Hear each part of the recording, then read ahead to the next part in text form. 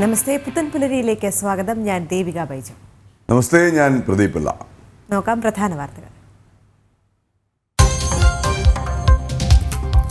PV അൻവറിൽ പ്രതിരോധത്തിൽ തന്നെ CPM. ADGPയെ മാറ്റി നിർത്തി അന്വേഷണം വേണമെന്ന ആവശ്യം ശക്തം. നിർണായക CPM സംസ്ഥാന സെക്രട്ടേറിയറ്റ് നാളെ.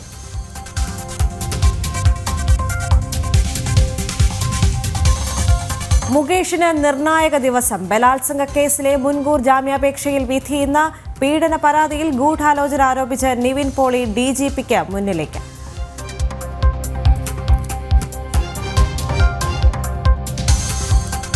പ്രധാനമന്ത്രി സിംഗപ്പൂരിൽ. സുപ്രധാന ചർച്ചകൾക്ക് സാധ്യത. സിംഗപ്പൂർ പ്രസിഡന്റുമായും പ്രധാനമന്ത്രിയുമായും നരേന്ദ്രമോദിയുടെ കൂടിക്കാഴ്ച ഇന്ന്.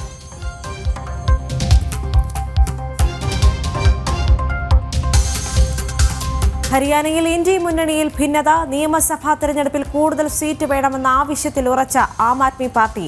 ആദ്യഘട്ട സ്ഥാനാർത്ഥി പട്ടിക പുറത്തുവിട്ട BJP.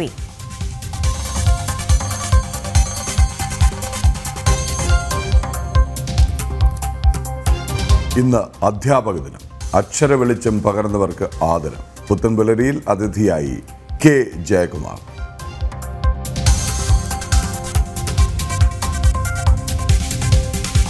അമേരിക്കയിലെ ജോർജിയയിൽ സ്കൂളിൽ വെടിവയ്പ്. 4 പേർ കൊല്ലപ്പെട്ടു, 9 പേർക്ക് പരിക്ക്. പ്രതി കസ്റ്റഡിയിൽ. അപലപിച്ച് പ്രസിഡന്റ് ജോ ബൈഡൻ. നമ്മുടെ പ്ലേയേഴ്സ് അതിലും ബെറ്റർ ആയിട്ട് ചെയ്യുകയാണ്. അപ്പം God's grace we are doing extremely well. മിന്നൽ പ്രകടനമാണ്. ബട്ട് അത് കണ്ടിന്യൂ ചെയ്യും.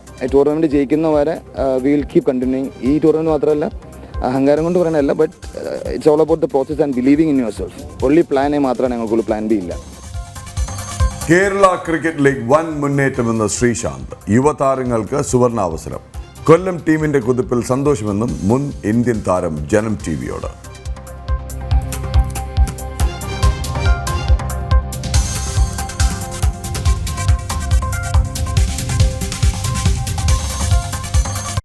സിനിമ വിവാദം ആരോപണങ്ങൾ തുടരുകയാണ്. മലയാള സിനിമയിലെ മട്ടാഞ്ചേരി മാഫിയയുടെ ഇടപെടലിനെതിരെ വെളിപ്പെടുത്തലുമായി സംവിധായികയുടെ ഭർത്താവ് മുഹമ്മദ് ഷർഷാദ് വീണ്ടും രംഗത്ത്. സിനിമാ മേഖലയിലേക്ക് എത്തുന്ന വിദേശ നിക്ഷേപവും അവർ സിനിമയിലൂടെ നൽകാൻ ശ്രമിക്കുന്ന സന്ദേശവും ഷർഷാദ് ചൂണ്ടിക്കാട്ടുന്നു. ഇവർക്ക് രാഷ്ട്രീയ പിന്തുണ ലഭിക്കുന്നതായും ഷർഷാദ് പറയുന്നു. സുധീഷ് ഗോപാൽ ചേരുകയാണ് കൊച്ചിയിൽ നിന്ന്. സുധീഷ്, നമസ്തേ, ഗുഡ് മോർണിംഗ്. പല നെറേറ്റീവുകൾ മലയാള സിനിമ രംഗത്ത് വരുന്നു. എന്താണ് ഷർഷാദിന് പറയാനുള്ളത്?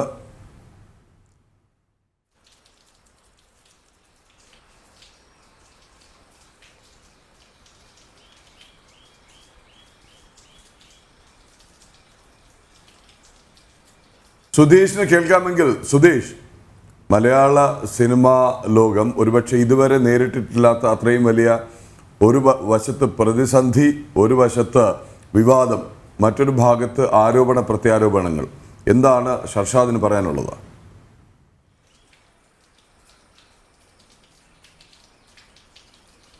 പ്രദീപ് പിള്ള മലയാള സിനിമയിലെ ഒരു സംവിധായകയുടെ ഭർത്താവ് കൂടിയാണ് ഷർഷാദ്. ഈ ഷർഷാദിന് സിനിമാ മേഖലയിൽ നിന്നുണ്ടായ തിരിച്ചടികളും അതോടൊപ്പം തന്നെ ഈ സിനിമയുടെ നിർമ്മാണവും മറ്റുമായി ബന്ധപ്പെട്ടുണ്ടായ ചില നിയമവിരുദ്ധമായ പ്രവർത്തനങ്ങളുമാണ് ഷർഷാദ് ഏറ്റവും പ്രധാനമായും ചൂണ്ടിക്കാട്ടുന്നത്. അത് ഈ സിനിമാ മേഖലയുമായി ബന്ധപ്പെട്ട് ഷർഷാദ് നിന്ന ഒരു സമയത്ത് നേരിൽ ബോധ്യപ്പെട്ട കാര്യങ്ങളാണ് ഏറ്റവും പ്രധാനമായും ഷർഷാദ് ചൂണ്ടിക്കാണിക്കുന്നത്. അതിൽ വിദേശത്ത് നിന്നുള്ള ഫണ്ടിങ്ങും അതോടൊപ്പം തന്നെ അത്തരം ഫണ്ടിങ്ങിലൂടെ സിനിമാ നിർമ്മാണത്തിൽ സിനിമാ മേഖലയിൽ വലിയ സ്വാധീനം ഒരു കൂട്ടർ നടത്തുമ്പോൾ അവർക്ക് ഇതിൻ്റെ ലാഭത്തിനേക്കാൾ ഉപരി മറ്റു ചില ലക്ഷ്യങ്ങൾ മുന്നോട്ട് വെക്കുന്നു, ആ ലക്ഷ്യങ്ങൾ നടപ്പാക്കുന്നു എന്നതാണ് ഷർഷാദ് ചൂണ്ടിക്കാണിക്കുന്നത്. ഇത്തരത്തിൽ ഫണ്ട് വരുമ്പോൾ അത്തരത്തിൽ ഫണ്ട് വരുന്നതിനും അതിൻ്റെ മറ്റ് മുന്നോട്ടുള്ള പ്രവർത്തനങ്ങൾക്കെല്ലാം തന്നെ രാഷ്ട്രീയമായ വലിയ പിന്തുണ ലഭിക്കുന്നു. അതിൽ CPM നേതാക്കളടക്കം അതിൽ പങ്കാളികളാവുന്നു. ഇത്തരത്തിൽ ഉള്ള പ്രശ്നങ്ങളെല്ലാം ചൂണ്ടിക്കാട്ടി പോലീസിനെ കോടതിയോ സമീപിച്ചാൽ പോലും നീതി ലഭിക്കുന്നില്ല. ഇപ്പോൾ ഷർഷാദ് തന്നെ നൽകിയ ഒരു പരാതി, ഒരു വർഷം കഴിഞ്ഞ് കഴിഞ്ഞിട്ടും കോടതി പോലും അതിൻ്റെ കേസിൻ്റെ അവധികൾ മാറ്റിവെച്ച് മുന്നോട്ട് പോകുന്നതല്ലാതെ അതിൻ്റെ ഒരു ഗൗരവം കണക്കിലെടുത്തുള്ള ഒരു സമീപനവും ആ പരാതിയിന്മേൽ ഉണ്ടാകുന്നില്ല. ഇതേ സാഹചര്യത്തിൽ തന്നെ ഇത്തരം പരാതികൾ നൽകുമ്പോൾ ഈ ഷർഷാദിനെതിരെ പോലും വലിയ രീതിയിലുള്ള ഭീഷണിയും പ്രതിസന്ധികളും സൃഷ്ടിക്കുന്നു. അത്തരം കാര്യങ്ങൾ ചൂണ്ടിക്കാണിച്ചാലും നീതിയില്ല. ഇത് പാർട്ടി നേതൃത്വത്തെ പോലും അറിയിച്ചിട്ടും ഇതിലൊന്നും തന്നെ ഒരു നീതിയും ലഭിക്കുന്നില്ല. ഇത്തരത്തിൽ മട്ടാഞ്ചേരി മാഫിയ എന്ന തരത്തിൽ പറയപ്പെടുന്ന കൊച്ചിയിലെ സിനിമാ മേഖലയിൽ സ്വാധീനം ചെലുത്തുന്ന ആ കൂട്ടർക്ക് വേണ്ടി CPM-ൻ്റെയും പിന്തുണ, ഇല്ലെ രാഷ്ട്രീയമായ പിന്തുണ, അധികാരികളുടെ പിന്തുണ ലഭിക്കുന്നു എന്നതാണ് ഷർഷാദ് ചൂണ്ടിക്കാണിക്കുന്നത്. ഈ രീതിയിലെല്ലാം പോകുമ്പോൾ അതിന് രാജ്യവിരുദ്ധ താല്പര്യങ്ങൾ പോലും അതിനുണ്ടോ എന്ന സംശയവും പല മേഖലയിൽ നിന്ന് ഉയരുന്ന ഒരു പശ്ചാത്തലത്തിൽ തന്നെയാണ് ഷർഷാദിൻ്റെ ഈ വെളിപ്പെടുത്തലുകൾ വരുന്നത്. ഷർഷാദിന് ഇത് നേരിട്ട് അനുഭവിച്ചതാണ്. കിങ്ഡം സെക്യൂരിറ്റി സർവീസ് എന്ന ഒരു സ്ഥാപനത്തിൻ്റെ UK കേന്ദ്രമായി പ്രവർത്തിക്കുന്നതാണ്. അതിൻ്റെ അക്കൗണ്ട് വഴി പോലും മലയാള സിനിമയിലേക്ക് പണം വരുന്നു. അത്തരത്തിൽ പണം വരുമ്പോൾ അത് വിദേശത്തുള്ള മലയാളികൾ ഇല്ലെങ്കിൽ അത്തരത്തിൽ വിദേശ ഫണ്ടുകൾ ഈ രീതിയിലേക്ക് സിനിമാ മേഖലയിലേക്ക് ഒഴുകിയെത്തുന്നു. അതിൻ്റെ ഗൗരവം പരാതി നൽകിയിട്ട് പോലും കണക്കാക്കുന്നില്ല. അത്തരത്തിൽ പണം മുടക്കുമ്പോൾ അവർ ലക്ഷ്യം വെക്കുന്നത് പ്രത്യേക ചില താല്പര്യങ്ങളാണ്. അത് ഒരു തരത്തിലും സമൂഹത്തിന് നന്മയുണ്ടാവുന്നതല്ല, മറിച്ച് സമൂഹത്തിലാകെ തന്നെ മതഭ്രാന്തും മറ്റും സൃഷ്ടിക്കുന്ന തരത്തിൽ പോലുമുള്ള ഇത്തരം താല്പര്യങ്ങൾ സിനിമാ മേഖലയിലൂടെ നടപ്പാക്കുന്നു എന്നതാണ് ഷർഷാദ് ചൂണ്ടിക്കാണിക്കുന്നത്. പ്രദീപുള്ള. ശരി, സുധീഷ്, നമ്മുടെ അതിഥി തയ്യാറാണ് എന്ന് തോന്നുന്നു അല്ലേ? PCR മുഹമ്മദ് ഷർഷാദ് ചേരുകയാണ്. മുഹമ്മദ് ഷർഷാദ്, നമസ്തേ, സ്വാഗതം പുത്തൻപുലരിയിലേക്ക്. കേൾക്കാമെങ്കിൽ അങ്ങേക്ക് കേൾക്കാം. എന്താണ് ഈ മട്ടാഞ്ചേരി മാഫിയ? കാര്യം സിനിമയുമായി അടുത്ത ബന്ധമില്ലാത്ത പലർക്കും ഇതിപ്പോഴും ഒരു പ്രഹേളികയായി ഇങ്ങനെ തുടരുകയാണ്. എന്താണ് ഈ മട്ടാഞ്ചേരി മാഫിയ എന്നൊന്ന് പറഞ്ഞ് നമുക്ക് തുടങ്ങിയാലോ? മട്ടാഞ്ചേരി മാഫിയനെ പറ്റി എനിക്ക് കൂടുതൽ അറിവില്ല, ചില കേട്ടുകേളുകൾ മാത്രമേ ഉള്ളൂ. പക്ഷേ ഈ വിദേശ ഫണ്ടുമായിട്ട് ബന്ധപ്പെട്ടിട്ട് എനിക്കുണ്ടായ അനുഭവങ്ങൾ ഞാൻ മുമ്പ് പറഞ്ഞതാണ്. പറയൂ. അപ്പൊ അതിനെതിരെ ഞാനിപ്പം എന്റെ ശബ്ദങ്ങൾ ഉയർത്തിയ മുതൽ എനിക്ക് നേരിട്ടുകൊണ്ടിരിക്കുന്ന പ്രശ്നങ്ങൾ പലതാണ്. അതായത് എന്റെ ബിസിനസ്സിന് പോലും ഭീഷണി നേരിടുന്ന രീതിയിലാണ് ഞാനിപ്പം അനുഭവിച്ചുകൊണ്ടിരിക്കുന്നത്. കാരണം എന്താ വെച്ച് കഴിഞ്ഞാൽ അത്രയും സ്ട്രോങ് ആണ് മറുഭാഗത്തുള്ള ആൾക്കാർ. ഇപ്പൊ ഞാൻ കേരളത്തിലെല്ലായിട്ട് പോലും, ഇപ്പൊ ഞാൻ മറ്റൊരു സംസ്ഥാനത്താണ്, അവിടെ പോലും അവരുടെ റെപ്രസെന്റേറ്റീവുകൾ ഉണ്ട് എന്നുള്ളതാണ്. അതായത് ഇപ്പം ഈ പവർ ഗ്രൂപ്പ് എന്നൊക്കെ പറയുന്ന അതേപോലത്തെ ഗ്രൂപ്പിലുള്ള വളരെ ഉന്നതായ, എനിക്ക് പേര് വെളിപ്പെടുത്താൻ പ്രയാസമുണ്ട്, വളരെ ഇന്ന് അത്രയും പെർഫോം ചെയ്ത് നിൽക്കുന്ന ആർട്ടിസ്റ്റുകളുടെ റെപ്രസെന്റേറ്റീവായ ആൾക്കാർ എന്റെ വായ അടപ്പിക്കാൻ വേണ്ടിയിട്ട് പല വഴികളും ഇപ്പം ശ്രമിച്ചുകൊണ്ടിരിക്കുകയാണ്. അതാണ് എനിക്ക് മെയിനായിട്ട് പറയാനുള്ളത്. കാരണം ഞാൻ ഓൾറെഡി ജനത്തിലടക്കം തന്നെ പല പ്രാവശ്യം എന്റെ അനുഭവങ്ങൾ ഞാൻ പറഞ്ഞിട്ടുണ്ട്. അപ്പൊ ഈ കൂട്ടുകെട്ട് എന്ന് പറയുന്നത് അത്രയും വലിയൊരു കൂട്ടുകെട്ടാണ്. ആ കൂട്ടുകെട്ടിന് സംസ്ഥാനം ഭരിക്കുന്ന എല്ലാ മെഷീനറിയും അവർക്ക് അവരുടേതായ സപ്പോർട്ട് കിട്ടുകയാണ്. പിന്നെ അതിൽ കൂടുതൽ ഒരു സാധാരണ മനുഷ്യന് എന്ത് ചെയ്യാൻ പറ്റും? അതുകൊണ്ടാണ് ഞാൻ ഹൈക്കോടതിയിൽ പോയിട്ട് പെറ്റീഷൻ ഫയൽ ചെയ്തത് കഴിഞ്ഞ വർഷം ഓഗസ്റ്റിൽ. ഇപ്പൊ ഓൾമോസ്റ്റ് ഒരു 13 മാസമായി ഇപ്പൊ പെറ്റീഷൻ ഫയൽ ചെയ്തിട്ട്. ഇന്ന് പോലും ഗവൺമെന്റിന്റെ ഭാഗത്തുനിന്നോ അല്ലെങ്കിൽ ഒരു പബ്ലിക് പ്രോസിക്യൂട്ടർ അല്ലെങ്കിൽ ഒരു ഡിപ്പാർട്ട്മെന്റിന്റെ അഡ്വക്കേറ്റ് അവർ സ്റ്റേറ്റ്മെന്റ് പോലും ഫയൽ ചെയ്യാതെ അത് ഡ്രാഗ് ചെയ്ത് കൊണ്ടുപോവുകയാണ് ചെയ്യുന്നത്. ഇപ്പൊ കഴിഞ്ഞ 27-ാം തീയതി ഹിയറിംഗ് ഉണ്ടായിരുന്നു.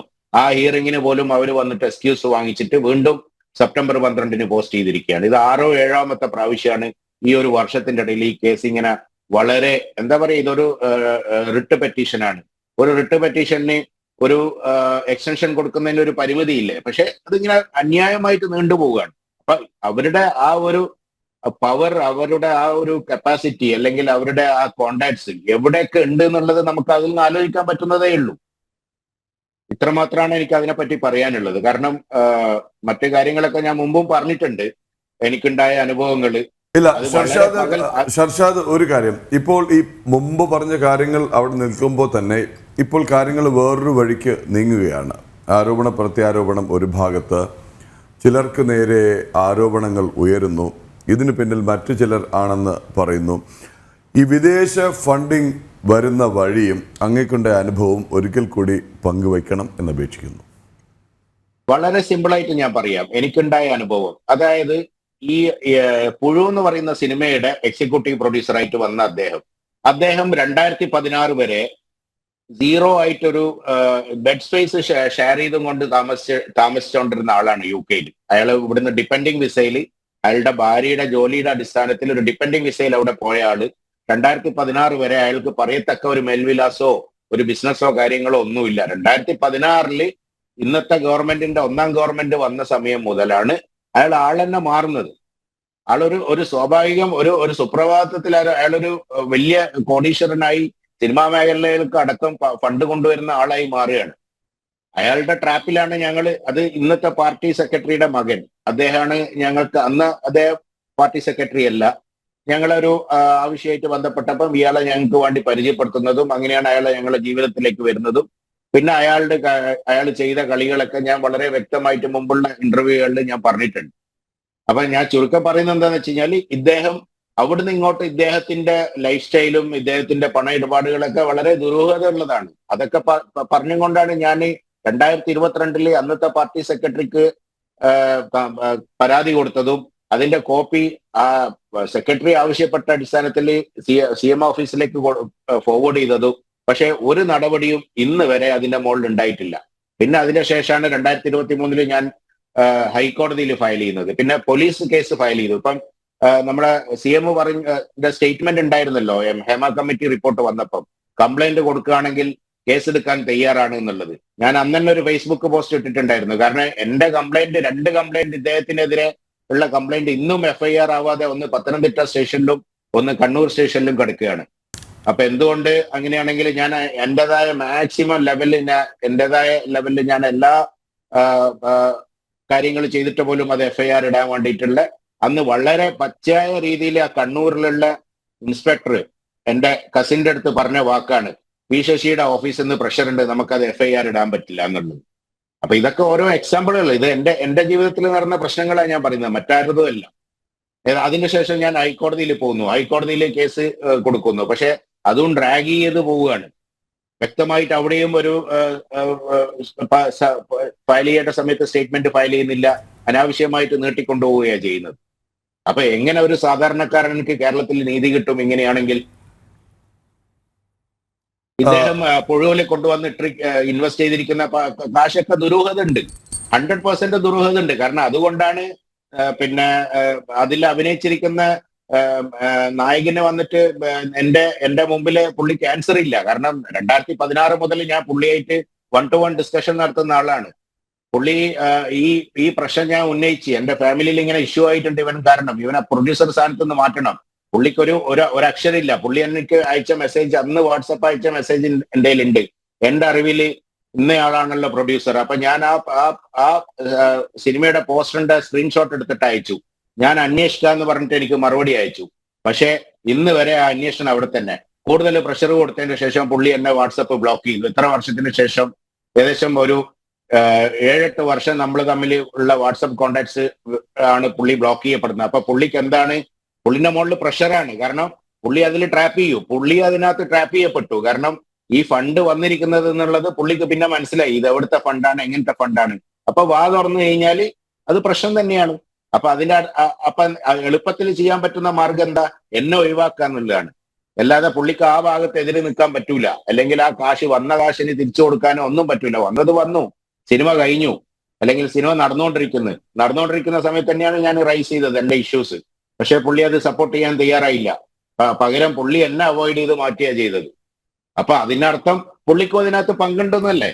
അല്ലാതെ ഞാൻ പുള്ളിക്കെതിരെ എതിര് നിൽക്കുകയാണ്, അല്ലെങ്കിൽ പുള്ളിക്കെതിരെ അനാവശ്യമായിട്ടുള്ള വർഗീയത പറയാണ് എന്നൊക്കെയാണ് നാട്ടുകാർ പ്രചരിപ്പിച്ചുകൊണ്ടിരിക്കുന്നത്. പക്ഷെ അതൊന്നും അല്ല സത്യം. ഇപ്പം എനിക്കെതിരെ ഷുക്കൂർ വക്കീൽ എന്ന് പറഞ്ഞ അദ്ദേഹം എനിക്കെതിരെ ഒരു ഫേസ്ബുക്ക് പോസ്റ്റ് ഇട്ടു, എന്റെ ഓൺലൈൻ മീഡിയ യൂട്യൂബ് ചാനലിന്റെ ഇന്റർവ്യൂവിന്റെ ശേഷം. അദ്ദേഹത്തിനൊക്കെ എന്താ അറിയുന്നത് ഇതുമായിട്ട് ബന്ധപ്പെട്ടിട്ട്? അദ്ദേഹം ഈ അടുത്ത് ഹൈക്കോടതിയിൽ ഒരു പെറ്റീഷനായിട്ട് പോയിട്ട് ഹൈക്കോടതി ഓടാൻ പറഞ്ഞ ആളാണ് അദ്ദേഹം. കാര്യങ്ങൾ അറിയാതെ ഇവര് ഫേസ്ബുക്ക് പോസ്റ്റ് ഇട്ടതിനെ കൊണ്ട് എന്തെങ്കിലും കാര്യമുണ്ടോ? കാര്യങ്ങൾ അറിയണമെങ്കിൽ അതിൻ്റെതായ ആൾക്കാരെ അവർ വിളിച്ച് ബന്ധപ്പെട്ട് ചോദിക്കണ്ടേ? അദ്ദേഹം വളരെ മോശമായ രീതിയിലല്ലേ ഫേസ്ബുക്ക് പോസ്റ്റ് ഇട്ടിരിക്കുന്നത്. അദ്ദേഹത്തിന് എന്നെ പറ്റിയുള്ള ജീവിതം അറിയണമെങ്കിൽ ഞാൻ 18 വർഷമായിട്ട് ചെന്നൈയിൽ ജീവിക്കുന്ന ആളാണ്. അദ്ദേഹത്തിന് ഞാൻ എന്റെ ചെലവിൽ ടിക്കറ്റും ഹോട്ടലും കൊടുത്തിട്ട് ചെന്നൈയിൽ കൊണ്ടുവരാൻ തയ്യാറാണ്. അന്നേരം ഇവിടെ വന്നിട്ട് എന്റെ ചുറ്റുപാട് അന്വേഷിച്ച് കഴിഞ്ഞാലേ ഞാൻ ആരാണെന്നുള്ളത് അദ്ദേഹത്തിന് മനസ്സിലാവുള്ളൂ, ഞങ്ങൾ എങ്ങനെ ജീവിച്ച ആളാണെന്നുള്ളത് അദ്ദേഹത്തിന് മനസ്സിലാവുള്ളൂ. അല്ലെങ്കിൽ ആരെങ്കിലും പറയുന്നത് കേട്ടിട്ട് അദ്ദേഹം ഒരു പോസ്റ്റ് ഇട്ടതിനെ കൊണ്ട് കാര്യമില്ല. അതേപോലെ മറ്റ് ഇടതുഭാഗത്തുള്ള മറ്റ് കുറെ യൂട്യൂബ് ആൾക്കാരുണ്ട് നമ്മുടെ. ഇപ്പോഴും ഈ പേര് പറയുന്നില്ല. ആരാണ് ഈ എക്സിക്യൂട്ടീവ് പ്രൊഡ്യൂസർ? ആർക്കാണ് സംസ്ഥാന സർക്കാരിൽ ഇത്ര വലിയ സ്വാധീനം? ആർക്കാണ് വളരെ പെട്ടെന്നൊരു സുപ്രഭാതത്തിൽ വന്നിട്ട് സിനിമാ ലോകത്ത് ഇത്ര വലിയ സ്വാധീനം ചെലുത്താൻ കഴിയുക? ആ പേര് എന്തുകൊണ്ടങ്ങ് പറയുന്നില്ല? പേര് ഞാൻ പല പ്രാവശ്യം പറയാം. എനിക്ക് പേര് പറയുന്നതിന് ഒരു ബുദ്ധിമുട്ടുമില്ല. രാജേഷ് കൃഷ്ണ എന്നാണ് അദ്ദേഹത്തിന്റെ പേര്. നിങ്ങൾ എവിടെയെങ്കിലും കേട്ടിട്ടുണ്ടോ? രാജേഷ് കൃഷ്ണ എന്ന് പറയുന്ന ഒരു പ്രൊഡ്യൂസർ എവിടെയെങ്കിലും കേട്ടിട്ടുണ്ടോ? പുള്ളി ഇപ്പൊ കഴിഞ്ഞ ഒരു 15 ദിവസം മുമ്പ് പോലും പുള്ളി സംസ്ഥാനം ഭരിക്കുന്ന ഒരു മന്ത്രിന്റെ കൂടെ ഫോട്ടോ ഷെയർ ചെയ്തിട്ടുണ്ട്. അതിന്റെ കൂടെ മോഹൻലാൽ ഉണ്ട്. അതിന്റെ 2 ദിവസം മുമ്പ് മമ്മൂട്ടിയുടെ കൂടെ ഫോട്ടോ ഷെയർ ചെയ്തിട്ടുണ്ട്. ഇത്രയും അലിഗേഷൻസ് പുള്ളിക്കെതിരെ ഹൈക്കോടതിയിൽ കേസ്, 2 പോലീസ് സ്റ്റേഷനിൽ കേസ് കൊടുത്തിരിക്കുന്നു. ഇത്രയും ചാനലുകളിൽ ഞാൻ വന്നിട്ട് പുള്ളിക്കെതിരെ പറയുന്നു. എന്നിട്ട് പോലും ഇവരാരെയും അദ്ദേഹത്തിനെ മാറ്റി നിർത്തുന്നില്ലല്ലോ. അവനിക്ക് ഇപ്പോഴും ആക്സസ് കിട്ടിക്കൊണ്ടിരിക്കുകയാണ്. ഇപ്പൊ പുള്ളിയുടെ സെക്യൂരിറ്റി കമ്പനി, പുള്ളി സെക്യൂരിറ്റി കമ്പനിയുടെ മറവിലാണ് സകല തട്ടിപ്പും നടത്തിക്കൊണ്ടിരിക്കുന്നത്. ഈ സെക്യൂരിറ്റി കമ്പനിയുടെ ലൈസൻസ് കഴിഞ്ഞ ഓഗസ്റ്റ് മാസം എക്സ്പയർ ആയിരിക്കുകയാണ്. പക്ഷേ അത് റിന്യൂവൽ ചെയ്യാൻ വേണ്ടിയിട്ടുള്ള പ്രഷർ ആ സെക്യൂരിറ്റി കമ്പനി എന്ന് പറഞ്ഞു കഴിഞ്ഞാൽ അതിനൊരു കൺട്രോളിംഗ് അതോറിറ്റി ഉണ്ട്. എല്ലാ സ്റ്റേറ്റ് ഗവൺമെന്റിലും, അത് ഹോം ഡിപ്പാർട്ട്മെന്റിൽ അണ്ടറിൽ വരുന്നതാണ്. ഇന്ന് അവിടെ ഒരു ലേഡി ഉദ്യോഗസ്ഥയാണ് ഉള്ളത്. അവരെ മേലില് മുഖ്യമന്ത്രിയുടെ ഓഫീസിൽ നിന്നും ആഭ്യന്തര വകുപ്പിൽ നിന്നും ഭയങ്കര പ്രഷറാണ് ആ ലൈസൻസ് റിന്യൂവൽ ചെയ്യാൻ വേണ്ടിയിട്ട്. കാരണം ആ ലൈസൻസ് അവർക്ക് ഒഫീഷ്യലി റിന്യൂവൽ ചെയ്യാൻ പറ്റില്ല. കാരണം കേന്ദ്ര ആഭ്യന്തര മന്ത്രാലയത്തിന്റെ സർക്കുലർ ഉണ്ട് ഈ കമ്പനിക്കെതിരെ ഇൻവെസ്റ്റിഗേഷൻ നടന്നുകൊണ്ടിരിക്കുകയാണെന്ന് പറഞ്ഞിട്ട്. അപ്പൊ അവർക്ക് എങ്ങനെ റിന്യൂവൽ ചെയ്തെടുക്കാൻ പറ്റും? പക്ഷെ അവരെ മേലിൽ ഭയങ്കരമായ പ്രഷറാണ്. അപ്പൊ പുള്ളിന്റെ ഒരു കപ്പാസിറ്റി എന്താണ്? ഈ രാജേഷ് കൃഷ്ണ എന്ന് പറയുന്ന വ്യക്തി എന്ന് മുതലാണ് കേരളം അറിയപ്പെട്ടു തുടങ്ങിയത്? അല്ലെങ്കിൽ പുള്ളിയുടെ ബാക്ക്ഗ്രൗണ്ട് എന്താണ്? ചില ബാക്ക്ഗ്രൗണ്ടുകളൊക്കെ ഞാൻ തന്നെ പറഞ്ഞിട്ടുണ്ട്. പക്ഷെ ബാക്കിയുള്ള കാര്യങ്ങൾ നിങ്ങളെപ്പോലെയുള്ള മാധ്യമപ്രവർത്തകർ കണ്ടുപിടിക്കേണ്ടതാണ്. ഇത്രമാത്രമാണ് എനിക്ക് അതിനെപ്പറ്റി പറയാനുള്ളത്. ഷർഷാദ് ഇക്കാര്യത്തിൽ 2 കാര്യങ്ങളൊക്കെ ചൂണ്ടിക്കാട്ടി. ഒന്ന്, പാർട്ടി സെക്രട്ടറിയുടെ, അന്ന് അദ്ദേഹം പാർട്ടി സെക്രട്ടറി അല്ല, പാർട്ടി സെക്രട്ടറിയുടെ മകന് ഇതിലുള്ള ഇടപാട്. 2, മുഖ്യമന്ത്രിയുടെ ഓഫീസിൽ നിന്ന് അങ്ങ് നേരിടേണ്ടി വന്ന സമ്മർദ്ദം. ഇത്ര വലിയ സ്വാധീനം ഉള്ളയാൾ, ഇതുവരെ ആരും കേട്ടിട്ടില്ലാത്ത ഒരാൾ എങ്ങനെ മലയാള സിനിമയിൽ 1 ഫണ്ടിങ്, 2, 3 രാഷ്ട്രീയ രംഗത്ത് ഒക്കെ ഇത്രയും വലിയ സ്വാധീനമായി എങ്ങനെ ഒരാൾക്ക് പെട്ടെന്ന് ഉദയം ചെയ്യാൻ കഴിയും? ഷർഷാദ്, ഞാൻ ചോദിക്കുന്നത് ഒരു സാധാരണ പ്രേക്ഷകന്റെ ഭാഗത്തു നിന്നാണ് ഷർഷാദ്. അങ്ങ് പറയുന്നതിന് ചോദ്യം ചെയ്യുകയല്ല. അതിനുള്ള മറുപടി ഞാൻ പറയാം. കാരണം പാർട്ടി സെക്രട്ടറി, അന്ന് അദ്ദേഹം പാർട്ടി സെക്രട്ടറി അല്ല. ഇന്നത്തെ പാർട്ടി സെക്രട്ടറിന്റെ അന്ന് ഞാൻ പാർട്ടിക്ക് കംപ്ലൈന്റ് കൊടുത്തത് ഒരു വിധത്തിലെങ്കിലും അന്നത്തെ പാർട്ടി സെക്രട്ടറി കൈകാര്യം ചെയ്തിട്ട് മാറ്റി നിർത്തിയൊക്കെ ചെയ്തിരുന്നു. പക്ഷെ ഇന്നത്തെ പാർട്ടി സെക്രട്ടറിക്ക് അത് ചെയ്യാൻ പറ്റില്ല. കാരണം എന്ന് വെച്ച് കഴിഞ്ഞാല് അവര് ഫാമിലി കണക്റ്റഡ് ആണ്. ഈ പുള്ളിക്കാരന്റെ ഫാമിലി ആയിട്ട് അവർ കണക്റ്റഡ് ആണ്. അതിന്റെ പല ഫോട്ടോഗ്രാഫും കാര്യങ്ങളൊക്കെ ഇവിടെ മീഡിയകളിൽ വന്നതാണ്. ഈ 2 ദിവസം മുമ്പ് പോലും ഞാൻ ഒരു ഫോട്ടോ കണ്ടിട്ടുണ്ടായിരുന്നു സോഷ്യൽ മീഡിയയിൽ. അവർ എത്രമാത്രം ഫാമിലി കണക്റ്റഡ്. കാരണം ഈ പാർട്ടി സെക്രട്ടറി യു കെയിൽ പോയ സമയത്ത് ഈ പുള്ളിയുടെ വീട്ടിലൊക്കെ പോയി താമസിക്കുകയൊക്കെ ചെയ്തതാണ്. അതിന്റെ ഫോട്ടോഗ്രാഫൊക്കെ പബ്ലിക്കലി മറ്റു പല ആൾക്കാരും എടുത്ത് ഷെയർ ചെയ്തിട്ടുണ്ട് സോഷ്യൽ മീഡിയയിൽ. അപ്പൊ അവര് തമ്മിലുള്ള ബന്ധം അറിയാം. പിന്നെ മകൻ ഫിലിം, ഈ പാർട്ടി സെക്രട്ടറിയുടെ മകൻ ഇപ്പം ഈ വിവാദമായ രഞ്ജിത്തിന്റെ ചീഫ് അസോസിയേറ്റ് ആണ്. അപ്പൊ അവരും ഫിലിമിൽ കണക്റ്റഡ് ആണ്. അവരും തമ്മിൽ പല സാമ്പത്തിക ഇടപാടുകളുണ്ട്.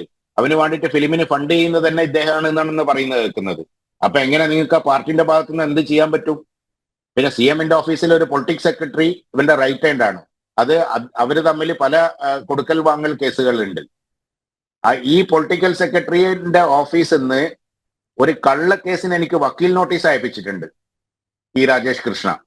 പക്ഷെ ആ കേസ് പിന്നീട് കോർട്ടിൽ നിന്ന് അവരെന്നെ പിൻവലിച്ചു പോവുകയാണ് ചെയ്തത്. കാരണം പൊളിറ്റിക്കൽ സെക്രട്ടറി ഒരു അഡ്വക്കേറ്റ് ആണ് എന്നുള്ള എല്ലാവർക്കും അറിയാം. അദ്ദേഹത്തിന്റെ ഓഫീസിൽ നിന്ന് എനിക്കൊരു ലീഗൽ നോട്ടീസ് വന്നിരുന്നു എന്റെ നാട്ടിലെ അഡ്രസ്സിൽ. ഇതൊക്കെ എന്താന്ന് വെച്ച് കഴിഞ്ഞാൽ ഇതൊക്കെ ആൾക്കാരെ ബുദ്ധിമുട്ടിക്കുക അല്ലെങ്കിൽ ഭയപ്പെടുത്തി നിർത്തുക എന്നുള്ളതാണ് ഉദ്ദേശം. പിന്നെ സിനിമാ മേഖല, പിന്നെ ഇദ്ദേഹത്തിന് ജേർണലിസ്റ്റ് ആണ്. അപ്പം അത്യാവശ്യം മലയാളം ചാനലുകളിലുള്ള ഇന്നത്തെ ഒരുവിധം ജേർണലിസ്റ്റുകളെല്ലായിട്ട് ഇയാൾക്ക് നല്ല ബന്ധമുണ്ട്. അപ്പൊ അതിന്റെ ഇപ്പൊ തന്നെ പല ആൾക്കാരും പറയുന്നുണ്ട്, നീ എന്തിനാണ് ജനം TV പോകുന്നത് അല്ലെങ്കിൽ യൂട്യൂബിൽ പോകുന്നത്, എന്തുകൊണ്ട് മെയിൻ ചാനലുകളിൽ വരുന്നില്ല എന്നുള്ളത്. എനിക്ക് ആരാണോ സപ്പോർട്ട് ചെയ്യുന്നത് അവിടെയല്ലേ എനിക്ക് വന്ന് പറയാൻ പറ്റുള്ളൂ. ഞാൻ മറ്റുള്ള ചാനലിനെ അപ്രോച്ച് ചെയ്യായിട്ടല്ല, ഞാൻ മനോരമ അപ്രോച്ച് ചെയ്തിട്ടുണ്ട്. മനോരമന്റെ കോഴിക്കോട് ബ്യൂറോ ചീഫായിട്ട് ഞാൻ നേരിൽ സംസാരിച്ചതാണ് എന്റെ കാര്യം. എറണാകുളത്തുള്ള ഒരു സാമ്പത്തിക കുറ്റാന്വേഷണം റിപ്പോർട്ട് ചെയ്യുന്ന ഒരാളായിട്ട് ഞാൻ കണ്ട് സംസാരിച്ചതാണ്. പക്ഷെ അവരാരും തയ്യാറില്ല. ചെന്നൈയിലെ 24ന്റെ റിപ്പോർട്ടർ എന്റെ അടുത്തുനിന്ന് സാമ്പത്തിക സഹായം വരെ പറ്റിയിട്ടുണ്ട് നമുക്ക് സപ്പോർട്ട് ചെയ്യാന്ന് പറഞ്ഞിട്ട്. പക്ഷെ അവരാരും അത് ചെയ്തില്ല. പക്ഷെ ചെയ്യുന്നവരെ എന്നെ മാനസികമായിട്ട് തളർത്തുകയാണ്. നീ എന്തിനാണ് ജനത്തിൽ പോകുന്നത്, അല്ലെങ്കിൽ എന്തിനാണ് ഇങ്ങനെയുള്ള യൂട്യൂബ് ചാനലിൽ പോകുന്നത് എന്നുള്ള രീതിയിൽ. ഞാൻ പറഞ്ഞു, ജനത്തിൽ പോയാൽ എന്താ കുഴപ്പം, എനിക്ക് ജനം സപ്പോർട്ട് ചെയ്യുന്നു, അതുകൊണ്ട് ഞാൻ ജനത്തിൽ പോകുന്നു. വേറെ ആരും സപ്പോർട്ട് ചെയ്യാൻ തയ്യാറില്ല. കാരണം എന്താ വെച്ച് കഴിഞ്ഞാൽ ഇവന്റെ ഇൻഫ്ലുവൻസ് ആണ്. ഇപ്പൊ ജേർണലിസ്റ്റ് ആ ചാനൽ മാധ്യമ ശൃംഖലയിലോ അല്ലെ മാധ്യമ മേഖലയിലോ ഇവനിക്ക് സപ്പോർട്ട് ഉണ്ട്, ഇവനിക്ക് ഇൻഫ്ലുവൻസ് ഉണ്ട്, ഇദ്ദേഹത്തിന് ഇൻഫ്ലുവൻസ് ഉണ്ട്. ഉള്ളത് കൊണ്ടാണ് അവിടുന്ന് സപ്പോർട്ട് കിട്ടാത്തത്. ഷർഷാദ്, ഒരിക്കൽ കൂടി ഈ പറയുന്ന കാര്യങ്ങൾ സാധാരണഗതിയിൽ ഒരാൾ, ഞാൻ അങ്ങ് പറയുന്ന വാക്കിനെ അവിശ്വസിക്കുന്നില്ല, അത് ചോദ്യം ചെയ്യുന്നില്ല. ഇപ്പോഴും ഞാൻ വീണ്ടും ഈ ചോദ്യം ഉന്നയിക്കുന്നത്, ഒരു സാധാരണ പ്രേക്ഷകൻ കേൾക്കുമ്പോൾ രാഷ്ട്രീയ രംഗത്ത്, മാധ്യമരംഗത്ത്, സിനിമാ രംഗത്ത് കേട്ടുകേൾവിയില്ലാത്ത അല്ലെങ്കിൽ പ്രസിദ്ധനോ പ്രശസ്തനോ അല്ലാത്ത ഒരാൾ ഒരു സുപ്രഭാതത്തിൽ വരുന്നു, സിനിമാ നിർമ്മാണത്തിന് പണം മുടക്കുന്നു, സിനിമാ മേഖലയിൽ ഇടപെടുന്നു, സംസ്ഥാനം ഭരിക്കുന്ന പാർട്ടിയിലെ പ്രമുഖരുമായി അടുത്തിടപഴകുന്നു, അവരെ ഹോസ്റ്റ് ചെയ്യുന്നു എന്നാണ് അങ്ങ് പറഞ്ഞത് ലണ്ടനിൽ. അതുപോലെ നാട്ടിലെത്തിയാൽ വലിയ സ്വാധീനം. ഇതൊക്കെ ശരിക്കും സിനിമാ കഥയിലെ ഇങ്ങനെ പെട്ടെന്നൊരു താരോദയം ഒക്കെ ഉണ്ടാകുന്നത്. അങ്ങക്ക് ഇതേക്കുറിച്ച് എന്തെങ്കിലും? ഇല്ല, അതായത് പ്രൊഡ്യൂസർ ആകുന്നത് മുമ്പും ഇദ്ദേഹം 2016 അല്ലെ 17 ആദ്യഘട്ടം മുതൽ തന്നെ ഇദ്ദേഹം സിനിമക്ക് ഫണ്ട് ചെയ്യാൻ തുടങ്ങിയിട്ടുണ്ട്. പക്ഷെ പ്രൊഡ്യൂസർ എന്നുള്ള രീതിയിൽ വരുന്നത് നമ്മുടെ ഈ പുഴു എന്നുള്ള പടത്തിൽ കൂടിയാണ്. അത് തന്നെ ആ പുഴുവിന് യഥാർത്ഥത്തിൽ വേറൊരു പ്രൊഡ്യൂസർ ഉണ്ടായിരുന്നു. അദ്ദേഹത്തിനെ ചതിച്ചും കൊണ്ട് മാറ്റി നിർത്തിയും കൊണ്ടാണ് ഇദ്ദേഹം പ്രൊഡ്യൂസറായിട്ട് വരുന്നത് അതിനകത്ത്. കാരണം അതുവരെ ഇയാൾക്ക് ഫ്രണ്ട് റണ്ണിൽ വരാൻ പറ്റില്ല. കാരണം പ്രൊഡ്യൂസേഴ്സ് എന്ന് പറഞ്ഞു കഴിഞ്ഞാൽ അവർ പല രീതിയിലുള്ള ഫണ്ട് സോഴ്സിങ് ഉണ്ടാവും. അപ്പൊ അവരൊരിക്കലും അവരെ ഫണ്ടേഴ്സിനെ ഫ്രണ്ട് റണ്ണിൽ കൊണ്ടുവരില്ല. അപ്പം അങ്ങനെ ഉള്ള ഒരുവിധം അറിയപ്പെടുന്ന പ്രൊഡ്യൂസേഴ്സിനെല്ലാം ഇദ്ദേഹം കഴിഞ്ഞ 2017 മുതൽ ഫണ്ട് ചെയ്യുന്നുണ്ട് UK-ന്ന്. പുഴു അദ്ദേഹത്തിന് കിട്ടിയ ഒരു ഓപ്പർച്യൂണിറ്റി, ഈ നമ്മുടെ എന്റെ വൈഫ് എടുക്കുന്ന ഒരു പടമായതുകൊണ്ട് അവർക്ക് ആ ഒരു ഓപ്പർച്യൂണിറ്റിയിൽ കൂടെ അവർ ഫ്രണ്ട് റണ്ണിലേക്ക് കയറി വന്നു. അങ്ങനെയാണ് അദ്ദേഹം പ്രൊഡ്യൂസറായി മാറുന്നത്. ആദ്യത്തെ പ്രൊഡ്യൂസർ എന്ന് പറയുന്നത് മമ്മൂട്ടിനെ പോലത്തെ ഉള്ള ഒരു സിനിമന്റെ കിട്ടാന്ന് പറയുന്നത് തന്നെ വലിയൊരു ഭാഗ്യമാണ്. അപ്പൊ അത് അദ്ദേഹം നല്ല രീതിയിൽ യൂട്ടിലൈസ് ചെയ്തു. പക്ഷെ അന്ന് മുതലല്ല, അതിന്റെ ഒരു 3-4 വർഷം മുമ്പ് മുതൽ തന്നെ ഇദ്ദേഹത്തിന്റെ സാമ്പത്തിക ഇടപെടലുകൾ അല്ലെങ്കിൽ ഇടപാടുകൾ അന്വേഷിക്കണം. കാരണം ഇദ്ദേഹം 2016-17 അവിടെ ഈ ഡിപ്പെൻഡിങ് വിസയിൽ ഉണ്ടായി റൂം ഷെയർ ചെയ്ത് താമസിച്ച ആള് പെട്ടെന്ന് ഒരു സുപ്രഭാതത്തിൽ അവിടെ പ്രോപ്പർട്ടി വാങ്ങുന്നു, പിന്നെ അവിടെ ബാങ്ക് അക്കൗണ്ട് തുടങ്ങുന്നു, കമ്പനി രജിസ്റ്റർ ചെയ്യുന്നു. ആ ബാങ്ക് അക്കൗണ്ടിലേക്ക് ഇദ്ദേഹത്തിന്റെ തന്നെ അവിടെയുള്ള സമീക്ഷ എന്ന് പറയുന്ന കേരളത്തിന്റെ മലയാളികളുടെ ഒരു കൂട്ടായ്മ ഉണ്ട്, ഇടതുപക്ഷ കൂട്ടായ്മ UK-ല് സമീക്ഷ. അവരുടെ ആൾക്കാരാണ് ഇദ്ദേഹത്തിനെ പറ്റി എന്നെ വിളിച്ച് പറഞ്ഞ കാര്യങ്ങളാണ്. ഇപ്പൊ സുപ്രഭാതത്തിൽ കമ്പനി രജിസ്റ്റർ ചെയ്യുന്നു, ബാങ്ക് അക്കൗണ്ട് തുടങ്ങുന്നു, അതിലേക്ക് കോടികൾ ഒഴുകുകയാണ്. ആ കോടികൾ ഇവിടുന്ന് റീറൂട്ട് ചെയ്തിട്ട് വീണ്ടും സിനിമാ മേഖലയിലേക്ക് കേരളത്തിലോട്ട് പോവുകയാണ്. ഇതൊക്കെ അവിടുന്നുള്ള ഇൻഫർമേഷൻ ആണ് എനിക്ക്. ശ്രീ ഷർഷാദ്, സത്യം പറഞ്ഞാൽ ഞെട്ടലോടെ ഞങ്ങൾ കേട്ടുകൊണ്ടിരിക്കുകയാണ്. കേരളത്തിൽ ഒന്നും അസംഭവ്യമല്ല. പലതരത്തിലുള്ള മാഫിയകളെക്കുറിച്ച് കേട്ടിട്ടുണ്ട്. മട്ടാഞ്ചേരി മാഫിയ എന്നൊക്കെ നമ്മൾ കേട്ടപ്പോൾ നമ്മൾ ആദ്യം ധരിച്ചത് ഇത് ഒരല്പമെങ്കിലും പൊടിപ്പും തൊങ്ങലും ഒക്കെ വച്ചതാണ് എന്നാണ്. പക്ഷേ ഒരേ സമയം ഇത്തരം ഇത് അവിശ്വസനീയമല്ല. കാരണം ഇങ്ങനെ ഒരു സ്വാധീനം ഭാരതത്തിൽ മുമ്പും ഉണ്ടായിട്ടുണ്ട്. ക്രിക്കറ്റിലും സിനിമയിലും കൃത്യമായ സ്വാധീനമുണ്ടായിരുന്ന ഒരാളുണ്ടായിരുന്നു, ഇപ്പോഴുമുണ്ട്, ദാവൂദ് ഇബ്രാഹിം. ഷാർജയായിരുന്നു ഇതിൻ്റെ ഒരു തിരശീല അല്ലെങ്കിൽ വെള്ളിത്തിര നിറയുന്ന സ്ഥലം. ഷാർജയിൽ ക്രിക്കറ്റ് നടക്കുന്നു, സിനിമാ താരങ്ങളെത്തുന്നു, ക്രിക്കറ്റ് താരങ്ങളെത്തുന്നു. അവർക്കിടയിൽ നിറയെ സ്വർണ്ണാഭരണങ്ങളൊക്കെ അണിഞ്ഞ് ദാവൂദ് ഇബ്രാഹിം ഇരിക്കുന്നു. വളരെ കൃത്യമായിരുന്നു. പേടി കൊണ്ടോ പണത്തിൻ്റെ സ്വാധീനം കൊണ്ടോ ദാവൂദിന് വളരെ വലിയ സ്വാധീനം ക്രിക്കറ്റിലും സിനിമയിലും ഉണ്ടായിരുന്നു. ആ കാലം എന്തായാലും ഭാഗ്യവശാൽ മാറി. ഏതാണ്ട് തത്തുല്യമായ ഒരു കഥാകഥനം എന്ന് പറയുന്നത് പോലെ ന്യായമല്ല. കാര്യം ഇത് കഥയല്ല. ഇങ്ങനെ വന്ന് ജനൻ TV യിൽ തത്സമയം വന്നിരുന്നൊരു കഥ പറയേണ്ട കാര്യമില്ല, പൂർണ്ണ ഉത്തരവാദിത്വത്തോടു കൂടിയാണ് താങ്കൾ ഇത് പറയുന്നത്. എങ്കിൽ പോലും ആദ്യം കേൾക്കുന്നയാൾ ഞെട്ടുന്ന വെളിപ്പെടുത്തലാണല്ലോ അങ്ങ് നടത്തിക്കൊണ്ടിരിക്കുന്നത്. അതെ, ഞാൻ പറയുന്നത് എന്റെ ജീവിതത്തിൽ ഉണ്ടായിരുന്ന അനുഭവങ്ങളോ അതോടെ അനുബന്ധിച്ചിട്ട് ഞാൻ അന്വേഷിച്ചിട്ട്, ഞാൻ തന്നെ പേഴ്സണലായിട്ട് ഇറങ്ങി അന്വേഷിച്ചിട്ട് കണ്ടെത്തിയ കാര്യങ്ങളാണ് ഇത്രയും വർഷങ്ങൾ കൊണ്ട്. ഇതിനകത്ത് നിങ്ങൾ നോക്കൂ, പുള്ളിന്റെ ഫേസ്ബുക്കിൽ തന്നെ പോയി കഴിഞ്ഞാൽ നോക്കാം. കഴിഞ്ഞാൽ നമ്മുടെ ഈ മസാല ബോണ്ട് എന്താ, നമ്മുടെ ഒരു ഇതുണ്ടായിരുന്നല്ലോ ലണ്ടനിലെ ഇവരുടെ ഒരു സാമ്പത്തിക ബോണ്ടിന്റെ ഒരു ലോഞ്ചിങ്, മുഖ്യമന്ത്രിയും അന്നത്തെ ധനകാര്യമന്ത്രിയൊക്കെ പങ്കെടുത്ത, അതിൽ പുള്ളിക്കാരനായിരുന്നു മുൻപന്തിയിലുള്ളത്. അതിന്റെ ഫോട്ടോ വളരെ വൈറലായിട്ട് എല്ലാ സോഷ്യൽ മീഡിയയിലും ഷെയർ ചെയ്ത് പോയതാണല്ലോ. അപ്പൊ അതൊക്കെ, അങ്ങനെയുള്ള കാര്യങ്ങളൊക്കെ അവിടെ ഇനീഷ്യേറ്റ് ചെയ്യുന്നത് CM അവിടെ പോയപ്പം സ്വീകരിച്ചതും, ഈ ലണ്ടൻ സ്റ്റോക്ക് എക്സ്ചേഞ്ചിൽ കൊണ്ടുപോയിട്ട് ഈ മസാല ബോണ്ട് ചെയ്യുന്ന സമയത്തൊക്കെ ഈ പുള്ളിയാണ് കൂടെ ഉള്ളത്. അതിന്റെയൊക്കെ ഫോട്ടോഗ്രാഫ്സ് ഇപ്പോഴും പുള്ളി തന്നെ ഷെയർ ചെയ്തിട്ടുണ്ട്, നമ്മൾ ഷെയർ ചെയ്യേണ്ട ആവശ്യമില്ല. അപ്പൊ എന്താണ് അപ്പൊ ഇങ്ങനെയുള്ള ഇയാൾക്ക് എന്താണ് സംസ്ഥാന സർക്കാരിലുള്ള ബന്ധം? പിന്നെ ലോ കേരള സഭ മെമ്പറാണെന്ന് പറയുന്നുണ്ട്. അതിൽ എങ്ങനെ ഇയാൾ എന്ത് അടിസ്ഥാനത്തിൽ ഇതിനകത്ത് കയറി പറ്റി? കാരണം ലോ കേരള സഭയിൽ കയറണമെങ്കിൽ അതിൻ്റെതായ ഒരു മാനദണ്ഡങ്ങളുണ്ട്. ആ മാനദണ്ഡങ്ങൾ എന്ന് പറയുന്നത് ഒന്നിന്റെ വിദേശ ഒരു ഹൈ പ്രൊഫൈൽ ആളായിരിക്കണം, HNI പ്രൊഫൈൽ ആളായിരിക്കണം, അല്ലെങ്കിൽ അവിടുത്തെ ഒരു NRI ബിസിനസ്മാൻ ആയിരിക്കണം, അങ്ങനെ എന്തെങ്കിലും വേണം. അങ്ങനെ ഒന്നും അദ്ദേഹത്തിന് ഇല്ല. അദ്ദേഹത്തിന് അങ്ങനെ യാതൊരു പ്രൊഫൈലും ഇല്ല. അദ്ദേഹത്തിന് എവിടെ നിന്നാണ് ഇത്രയും വലിയ കാശ് വരുന്നതെന്ന് ആർക്കും അറിയില്ല. കാരണം അവിടെ ഒരു ബിസിനസ്സോ കാര്യങ്ങളോ ഒന്നും അദ്ദേഹം ചെയ്യുന്നില്ല. ആകെ അവിടുത്തെ ഒരു UK ബേസ്ഡ് സെക്യൂരിറ്റി കമ്പനി ഇവിടെ നടത്തുകയാണ്. അതന്നെ ഇപ്പം കേന്ദ്ര ഗവൺമെന്റ് അന്വേഷണം പ്രഖ്യാപിച്ചതിന്റെ അടിസ്ഥാനത്തിൽ തമിഴ്നാടും കർണാടകയും അതിന്റെ ലൈസൻസ് 2 വർഷം മുമ്പ് തന്നെ ക്യാൻസൽ ചെയ്ത് സ്ഥാപനം അടിച്ചുകൂട്ടി. പക്ഷെ കേരളത്തിൽ ഇന്നും ഈ പൊളിറ്റിക്കൽ സെക്രട്ടറി പോലെയുള്ള ആൾക്കാരുടെ ഇൻഫ്ലുവൻസ് വെച്ചും കൊണ്ട് കേന്ദ്ര ആഭ്യന്തര മന്ത്രാലയം അന്വേഷണം ആവശ്യപ്പെട്ട ഒരു സ്ഥാപനം ഇന്നും കൊച്ചിയിൽ ഹോളിഡേ ഇന്ന്, അല്ലെങ്കിൽ ക്രൗൺ പ്ലാസ, സദർലാൻഡ്, അതേപോലെയുള്ള ഈ നമ്മുടെ കുസാറ്റ്, അല്ലെങ്കിൽ നമ്മുടെ ഊരാളുങ്കൽ, ഇങ്ങനെയുള്ള സ്ഥാപനങ്ങൾക്കൊക്കെ ഇവർ സെക്യൂരിറ്റി സർവീസ് കൊടുത്തോണ്ടിരിക്കുകയാണ്. കേന്ദ്ര ആഭ്യന്തര മന്ത്രാലയം അന്വേഷണം ആവശ്യപ്പെട്ട ഒരു കമ്പനിയാണ്. പക്ഷെ കേരളത്തിൽ ഒരു നടപടി കൊടുത്തിട്ടില്ല എന്ന് മാത്രമല്ല, ബിസിനസ് നല്ല രീതിയിൽ അവർ ചെയ്തും കൊണ്ടിരിക്കുകയാണ് ഇല്ലീഗലായിട്ട്. ഇതിന്റെ അപ്പുറം എന്ത് എവിഡൻസ് ആണ് നമുക്ക് വേണ്ടത്? പിന്നെ എനിക്കുള്ള ഒരു പ്രയാസം പറയാനുള്ളത്, ലഹരി പാർട്ടികൾ, അതായത് താരങ്ങളുടെ ഫ്ളാറ്റുകളിൽ ലഹരി പാർട്ടികൾ നടത്തുന്നു എന്നൊരു ആരോപണം അടുത്തിടെയായി ഉയർന്നു വന്നിരുന്നു. ഇത് സത്യമല്ല, അല്ലെങ്കിൽ ഇത് വെറും ആരോപണം മാത്രമാണ് എന്ന് താരങ്ങൾ പറയുന്ന സാഹചര്യത്തിൽ പോലും അത് കെട്ടുകഥയല്ല, അത് സത്യാവസ്ഥ തന്നെയാണ്. ഇത്തരം പെൺകുട്ടികളെ ഫ്ളാറ്റുകളിലേക്ക് എത്തിച്ച് ലഹരി പാർട്ടി നടത്തി ദുരുപയോഗം ചെയ്യുന്ന ഒരു ട്രെൻഡ് മലയാള സിനിമയിൽ ഉണ്ടെന്ന് തന്നെയാണല്ലേ പറയേണ്ടത്? അതിനെപ്പറ്റി എനിക്ക് കൂടുതൽ അറിയില്ല മാഡം. ബിക്കോസ് അത് അറിയാത്ത കാര്യം നമുക്ക് പറയാൻ പറ്റില്ലല്ലോ. ഞാൻ അതിനെപ്പറ്റി അങ്ങനെ ചില കാര്യങ്ങളൊക്കെ കേട്ടുകേൾവി ഉണ്ട് എന്നല്ലാണ്ട് എനിക്കതിൽ അങ്ങനെ വ്യക്തമായ ഒരു എക്സ്പീരിയൻസോ അല്ലെങ്കിൽ ഒരു അനുഭവമോ ഇല്ല. അതിൽ കേട്ടുകേൾവി ഉണ്ട്, ഞാൻ അറിഞ്ഞിട്ടുണ്ട്, പല ആൾക്കാർ മുഖേന ഞാൻ കേട്ടിട്ടുണ്ട്. പക്ഷെ അത് എന്താണ്, എവിടെയാണ്, എങ്ങനെയാണ് നടത്തുന്നതെന്നൊന്നും എനിക്ക് അതിനെപ്പറ്റി അറിയില്ല. നല്ലതായ രീതിയിൽ നടക്കുന്നുണ്ട് എന്നുള്ള കാര്യത്തിൽ സംശയമില്ല. പക്ഷേ ലൊക്കേഷനുകളിലും കാര്യങ്ങളിലൊക്കെ ഇതിന്റെ പങ്കുണ്ട് എന്നുള്ളത് അറിയാം. പക്ഷെ വ്യക്തമായ ഞാൻ എന്റെ കണ്ണിൽ നേരിൽ കാണുകയോ അല്ലെങ്കിൽ അതിനെ പറ്റിയിട്ടുള്ള കൂടുതൽ അറിവ് എനിക്കില്ല. എന്തായാലും ശ്രീ ഷർഷാദ് പറഞ്ഞു വരുന്നത് വളരെ പ്രധാനപ്പെട്ട ഒരു കാര്യം, വളരെ ഗൗരവമുള്ള ഒരു കാര്യം. അതായത് മലയാള സിനിമാ ലോകത്ത് ഒട്ടും ആശാസ്യമല്ലാത്ത പ്രവണതകൾ വരുന്നു.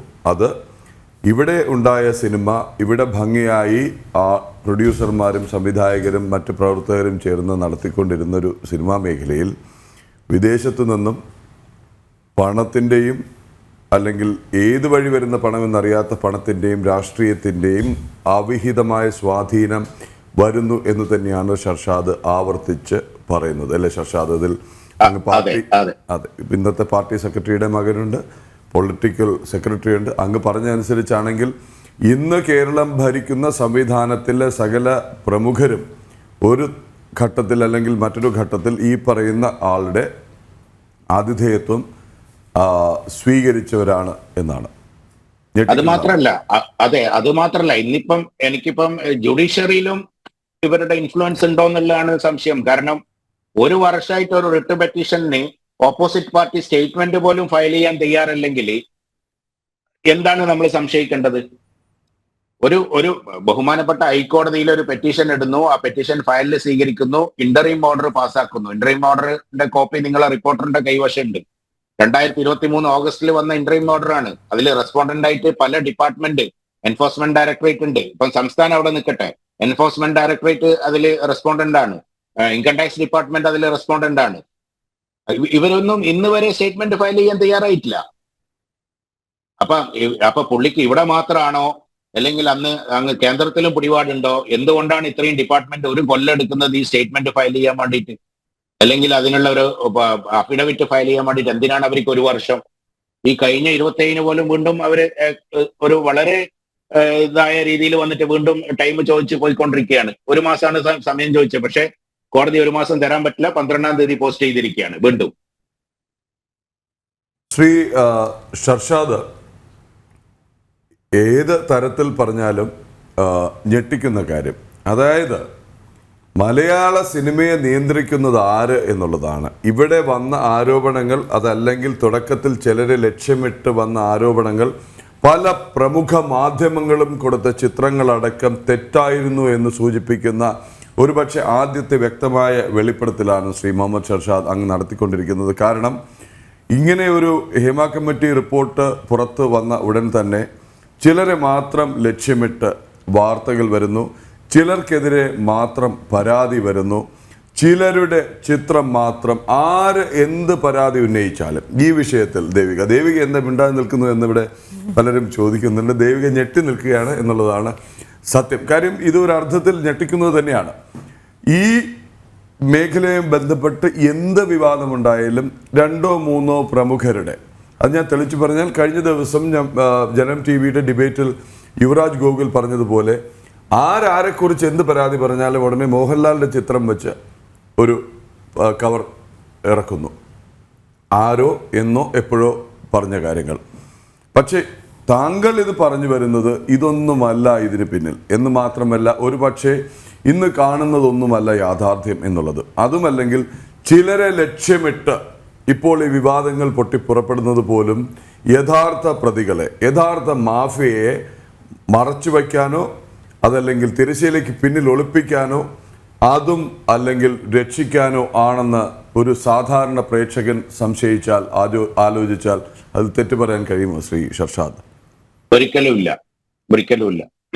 കാരണം ഈ രാജേഷ് കൃഷ്ണനെ പോലത്തെ പല രാജേഷ് കൃഷ്ണന്മാര് മലയാളം സിനിമകളിൽ ഹവാല ഫണ്ടുകൾ റൂട്ട് ചെയ്യുന്നുണ്ട്.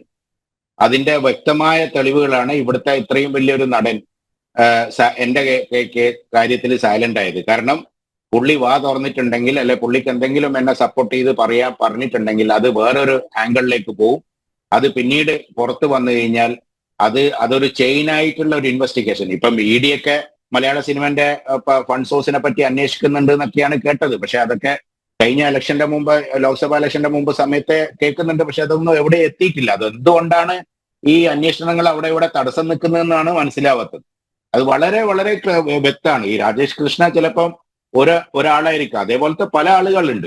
ഈ പല ആളുകളതും ഈ ഇൻവെസ്റ്റ് ചെയ്യുന്ന പണം ഇവിടുന്ന് ഈ കൊള്ളയടിച്ച് അല്ലെ കൈക്കൂലി വാങ്ങി അല്ലെ പല സെറ്റിൽമെന്റ് നടത്തി അത് പല രാജ്യങ്ങളിൽ പോയി റൂട്ട് ചെയ്ത് NRI അക്കൗണ്ട് അല്ലെങ്കിൽ മറ്റു പല അക്കൗണ്ട് മുഖേനയാണ് ഈ സിനിമാ മേഖലയിലേക്ക് ഇൻവെസ്റ്റ് ചെയ്യുന്നത്.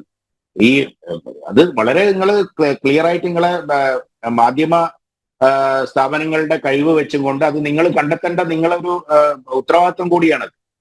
നിങ്ങൾക്ക് വളരെ ഇവിടെ വിവരാവകാശ നിയമമുണ്ട്, മറ്റ് പല സോഴ്സുകളും അത് വെച്ചിട്ട് നിങ്ങൾ കണ്ടെത്തണം എങ്ങനെയാണ് എന്നുള്ളത്. നിങ്ങൾക്ക് അറിയാലോ, എനിക്കതിനെപ്പറ്റി കൂടുതൽ പറഞ്ഞു തരാൻ അറിയില്ല.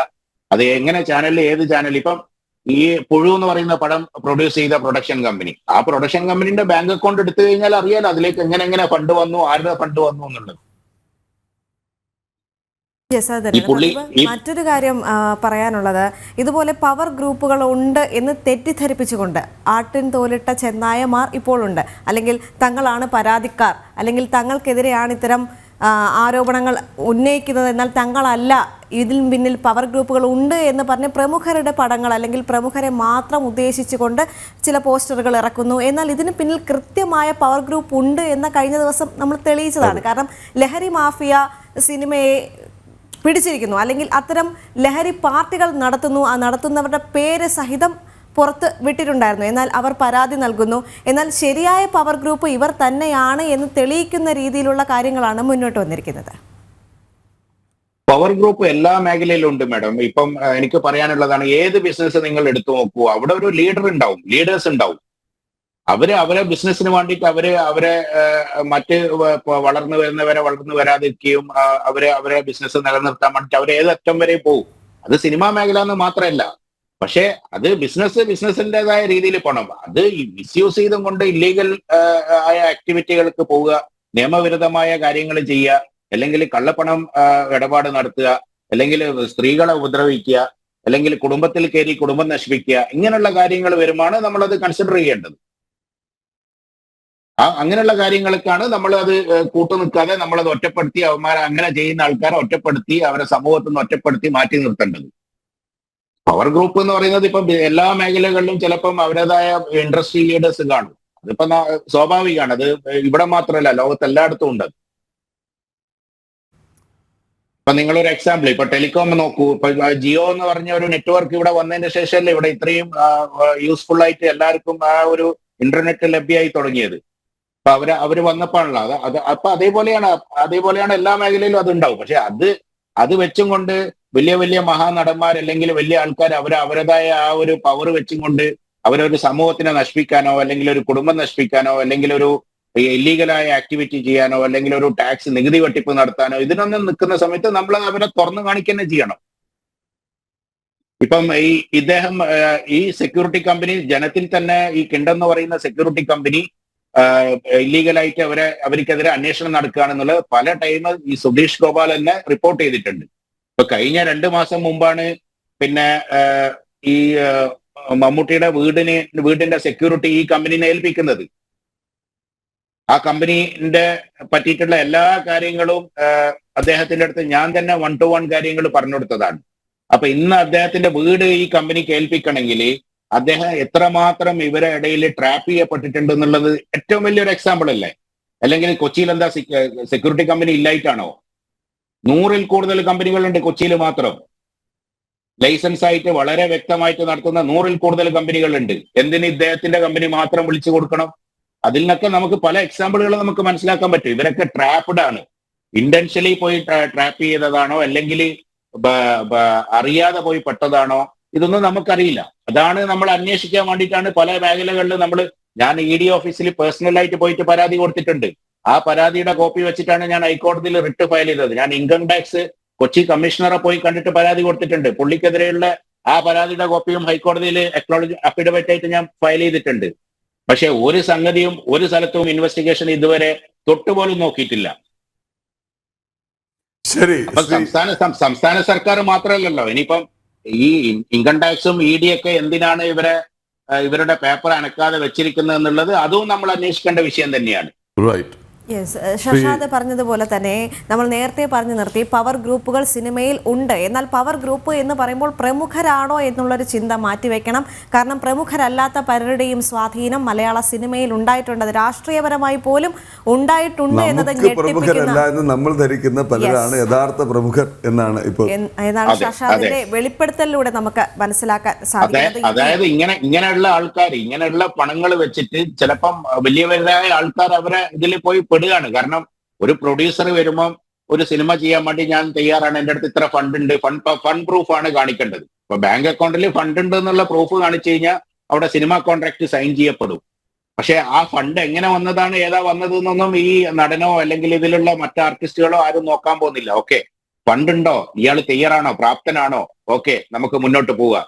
പക്ഷെ ഇനി അങ്ങോട്ട് ഇങ്ങനെയുള്ള അനുഭവങ്ങൾ വെച്ചിട്ട് ഈ വരുന്ന ആളുടെ ബാക്ക്ഗ്രൗണ്ടും അയാൾ എങ്ങനെ വന്ന ആളാണ്, അയാൾ എന്താണ് അയാളുടെ ബാക്ക്ഗ്രൗണ്ട്, അയാൾക്ക് എന്താണ് ബിസിനസ്, അയാൾക്ക് ഈ പണം എവിടുന്ന് കിട്ടി എന്നൊക്കെ കൂടെ ഇവരൊക്കെ അന്വേഷിക്കുന്നത് ഇവർക്ക് നല്ലതായിരിക്കും. കാരണം അല്ലെങ്കിൽ ഇങ്ങനെയുള്ള പ്രശ്നങ്ങൾ വീണ്ടും അങ്ങോട്ട് വരും. ശ്രീ മുഹമ്മദ് ഷർഷാദ്, പുത്തൻപുലരിയിൽ വന്ന് ഞെട്ടിക്കുന്ന വെളിപ്പെടുത്തൽ. സാധാരണ പുത്തൻപുലരിയിൽ പ്രധാന വാർത്തകൾ വരാറുണ്ട്, മറ്റു പല സെഗ്മെന്റുകളും വരാറുണ്ട്. പക്ഷേ ഒരു ഞെട്ടിക്കുന്ന വെളിപ്പെടുത്തൽ ഒരു പക്ഷേ ഇത് ആദ്യമായിട്ടായിരിക്കും. അതാണ് ഇത്രയും സമയം ഇതിൽ തന്നെ നിന്നത്. ദേവികാജി എന്തുകൊണ്ട് മിണ്ടുന്നില്ല എന്ന് പറഞ്ഞാൽ ദേവികാജിയും ഞാനും ഒക്കെ ഞെട്ടി നിൽക്കുകയായിരുന്നു. പിന്നെ കൗതുകം കൊണ്ട് ഈ കേൾക്കുന്ന ഓരോ കാര്യത്തിലുമുള്ള ഒരർത്ഥത്തിൽ അവിശ്വസനീയമായ വെളിപ്പെടുത്തലുകൾ കേട്ട് വീണ്ടും വീണ്ടും ചോദിച്ചുകൊണ്ടേ ഇരുന്നതാണ്. പുത്തൻപുലരിയിൽ ഇനിയും വരാനുള്ളതും വളരെ പ്രധാനപ്പെട്ട വാർത്തയാണ്.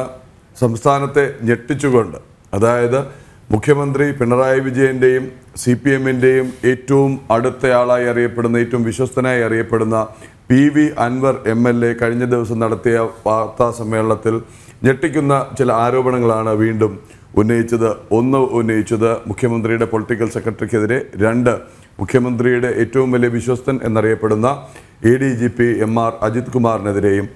അതിൻ്റെ തുടർച്ചയായുള്ള ഡെവലപ്മെൻറ്റ്സ് ആണ് സംസ്ഥാന രാഷ്ട്രീയത്തെ പിടിച്ചുലച്ചുകൊണ്ടേ ഇരിക്കുന്നത്. സംസ്ഥാന രാഷ്ട്രീയത്തെ മാത്രമല്ല, പ്രത്യേകിച്ച് CPM-നെയും ഭരണകൂടത്തെയും ഇടതുമുന്നണിയെയും. അത് സംബന്ധിച്ച് വലിയ വാർത്ത വരാനിരിക്കുന്നു. CPI ഇക്കാര്യത്തിൽ വളരെ കർശനമായ ഒരു നിലപാടെടുത്തിരിക്കുകയാണ്. അതിൻ്റെ ആ വാർത്തയിലേക്കും വിശദാംശങ്ങളിലേക്കും വരാം. ഇടവേളയ്ക്ക് ശേഷം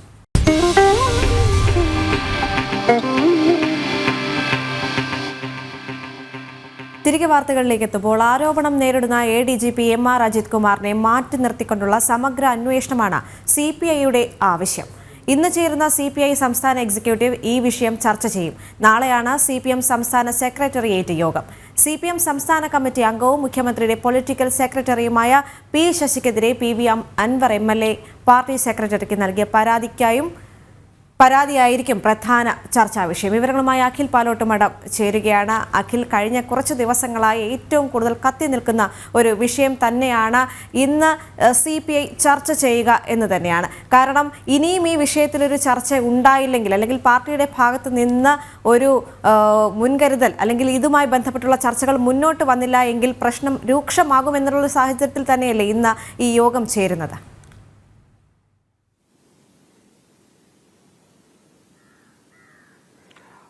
Devika, Pradeep sir, good morning.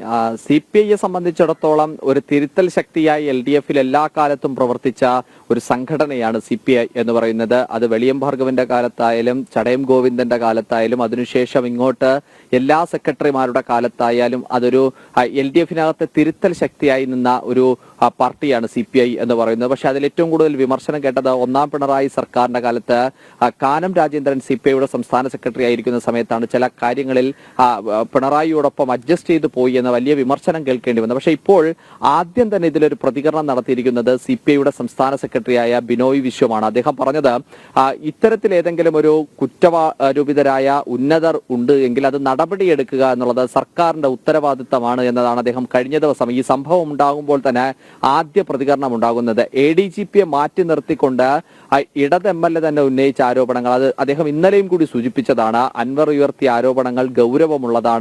അത് മുഖവിലക്കെടുത്ത് ചർച്ച ചെയ്ത് പാർട്ടി പരിശോധിക്കേണ്ടവ പാർട്ടിയും സർക്കാരും പരിശോധിക്കേണ്ട കാര്യം തന്നെയാണ് എന്ന് ഇന്നലെ തന്നെ CPIയുടെ സംസ്ഥാന സെക്രട്ടറി വ്യക്തമാക്കിയതാണ്. ഈ പശ്ചാത്തലത്തിലാണ് ഇന്ന് CPIയുടെ സംസ്ഥാന കൗൺസിൽ യോഗം ചേരുന്നത്. ഇതിൽ പ്രധാനമായും സർക്കാരിനെതിരെ ഉയർന്നു വരുന്ന ഇത്തരത്തിലുള്ള ആരോപണങ്ങൾ, ആഭ്യന്തര വകുപ്പിന്റെ പ്രശ്നങ്ങളൊക്കെ തന്നെ ചർച്ച ചെയ്യാനുള്ള ഒരു സാഹചര്യമുണ്ട്. അതുപോലെ തന്നെ കഴിഞ്ഞ ദിവസങ്ങളിലൊക്കെ തന്നെ അൻവർ ഉന്നയിച്ച തൃശൂർ പൂരവുമായി ബന്ധപ്പെട്ട് ADGP MR അജിത് കുമാറാണ് അതിൽ ഏറ്റവും കൂടുതൽ പ്രശ്നമുണ്ടാക്കിയതെന്ന അവിടുത്തെ സ്ഥാനാർത്ഥിയും CPIയുടെ ദേശീയ കൗൺസിൽ അംഗവും മുൻ മന്ത്രിയുമായ VS സുനിൽകുമാറിന്റെ ആരോപണം കൂടി CPI സംസ്ഥാന കൗൺസിലിൽ ചർച്ചയായേക്കാം എന്നതാണ് നമുക്ക് മനസ്സിലാക്കുന്നത്. ഇന്ന് CPIയുടെ സംസ്ഥാന കൗൺസിൽ യോഗം ചേർന്ന് ഈ കാര്യങ്ങൾ വിശദമായി തന്നെ ചർച്ചയുണ്ടാകും എന്നതാണ് നമുക്ക് മനസ്സിലാകുന്നത്. നാളെ CPM-ന്റെ സംസ്ഥാന സെക്രട്ടേറിയറ്റ് യോഗവും P ശശിക്കെതിരെയും അതുപോലെ തന്നെ മുഖ്യമന്ത്രിയുടെ വകുപ്പിനെതിരെയും മുഖ്യമന്ത്രിക്കും സർക്കാരിനുമെതിരെയും ഉയരുന്ന ആരോപണങ്ങളിൽ ഈ അൻവർ MLA നൽകിയ പരാതിയിൽ പാർട്ടി ചർച്ച ചെയ്യും എന്നതാണ് നമുക്ക് മനസ്സിലാക്കാൻ കഴിയുന്നത്. നാളെ ചേരുന്ന CPM-ന്റെ സംസ്ഥാന സെക്രട്ടേറിയറ്റ് യോഗത്തിലും അൻവർ നൽകിയ പരാതി തന്നെയാണ് പ്രധാന ചർച്ചാ വിഷയമായി, അൻവയുയർത്തിയ ആരോപണങ്ങൾ തന്നെയാണ് പ്രധാന ചർച്ചാ വിഷയമായി പോകുന്നത്. ഈ ഘട്ടത്തിലാണ് ഈ CPIയുടെയും CPM-ന്റെ യോഗങ്ങൾ ചേരുന്നത്. വരും ദിവസങ്ങളിൽ പുതിയ LDF കൺവീനറായി TP രാമകൃഷ്ണൻ ചുമതലയേറ്റതിന് പിന്നാലെയുള്ള ആദ്യ LDF യോഗവും ചേരാനിരിക്കുന്നുണ്ട്. അതിൽ അവർ പറയുന്നത് വരാനിരിക്കുന്ന ഉപതെരഞ്ഞെടുപ്പ് പാലക്കാടും ചേലക്കരയും അതുപോലെ തന്നെ വയനാടും അടക്കമുള്ള മണ്ഡലങ്ങളിലെ ഉപതെരഞ്ഞെടുപ്പുമായി ബന്ധപ്പെട്ടിട്ടുള്ള സ്ഥാനാർത്ഥി നിർണയം അടക്കം ചർച്ചകൾ നടത്തുന്നുണ്ട്. അതിലൊരു 2 സീറ്റുകളിൽ CPM-ഉം ഒരു സീറ്റിൽ, അത് പാർലമെന്റ് സീറ്റിൽ CPI-യുമാണ് മത്സരിക്കുന്നത്. അതുകൊണ്ട് തന്നെ അത്തരത്തിലുള്ള ചർച്ചകൾ പാർട്ടികൾക്ക് വേണ്ടിയാണ് ചേരുന്നത് എങ്കിൽ പോലും CPIക്കും അതുപോലെ തന്നെ NCPക്കും ഒക്കെയുള്ള അതൃപ്തി, സർക്കാരിനും ആഭ്യന്തര വകുപ്പിനുമെതിരെയുള്ള അതൃപ്തിയെല്ലാം തന്നെ ആ യോഗത്തിൽ അറിയിക്കും എന്നതാണ് നമുക്ക് മനസ്സിലാക്കാൻ സാധിക്കുന്നത്. എന്തായാലും CPIയുടെ സംസ്ഥാന കൗൺസിൽ യോഗം ഇന്ന് രാവിലെ 10 മണിക്ക് ഞാൻ നിൽക്കുന്ന PS സ്മാരകത്തിൽ ചേരുന്നുണ്ടാകും. ആ യോഗത്തിൽ എന്തായാലും സർക്കാരിനെതിരെ ഇപ്പോൾ ഉയർന്നു വന്നിട്ടുള്ള ആരോപണങ്ങളിൽ പാർട്ടി അന്വേഷിക്കേണ്ട കാര്യങ്ങൾക്കും അപ്പുറത്ത് ഉള്ള സർക്കാർ അന്വേഷണവും അതുപോലെ തന്നെ ഈ മുഖ്യമന്ത്രിയുടെ പൊളിറ്റിക്കൽ സെക്രട്ടറി P ശശിക്കെതിരെ ഉയർന്നു വരുന്ന ആരോപണങ്ങളിലുമെല്ലാം തന്നെ ഉചിതമായ ഒരു നടപടി ഉണ്ടാകണമെന്ന CPIയുടെ ആവശ്യമായിരിക്കും ഇന്നും CPIയുടെ സംസ്ഥാന കൗൺസിൽ യോഗത്തിൽ വ്യക്തമായും ഒരു ചർച്ചയാവുക. ദേവിക. യെസ്, തന്നെയാണ് പ്രതിഭ. കഴിഞ്ഞ ദിവസം PV അൻവർ MLA ഭാഗത്തു നിന്നും ഉണ്ടായ ചില നാവുപിഴകൾ കൂടി അദ്ദേഹത്തെ വെട്ടിലാക്കുന്നൊരു സാഹചര്യം ഉണ്ടായിരുന്നു. എൻ്റെ ഒപ്പം ദൈവം മാത്രമേ ഉണ്ടായിട്ടുള്ളൂ അല്ലെങ്കിൽ ഉള്ളൂ എന്ന് PV അൻവർ MLA പറയുമ്പോൾ ഒരു ഇടത് നേതാവിൻ്റെ ഭാഗത്ത് നിന്നാണ് ഇത്തരത്തിലൊരു പരാമർശം വരുന്നത് എന്നുള്ള കാര്യം ഓർക്കണം. അതോടൊപ്പം തന്നെ വലിയ വലിയ വെളിപ്പെടുത്തലുകൾ ഇന്നലെ അദ്ദേഹത്തിൻ്റെ ഭാഗത്തു നിന്നും ഉണ്ടായിട്ടുണ്ട്. അതുമായി ബന്ധപ്പെട്ടുള്ള രേഖകൾ ഇനി വരുന്ന മണിക്കൂറുകളിൽ അദ്ദേഹം തന്നെ പങ്കുവെക്കുമെന്നും പറഞ്ഞിട്ട് പോയതാണ്. ഇതുവരെ ആ രേഖകളൊന്നും പുറത്തേക്ക് വന്നിട്ടില്ല. അതെ, PC ജോർജ് അടക്കമുള്ള BJP നേതാക്കൾ ഇതിനെതിരെ ശക്തമായി തന്നെ നിൽക്കുന്നുണ്ട് എന്നുകൂടി ഈ ഒരു അവസരത്തിൽ പറയേണ്ടതുണ്ട്. ഇടവേളയ്ക്ക് ശേഷം മറ്റു വാർത്തകളിലേക്ക്.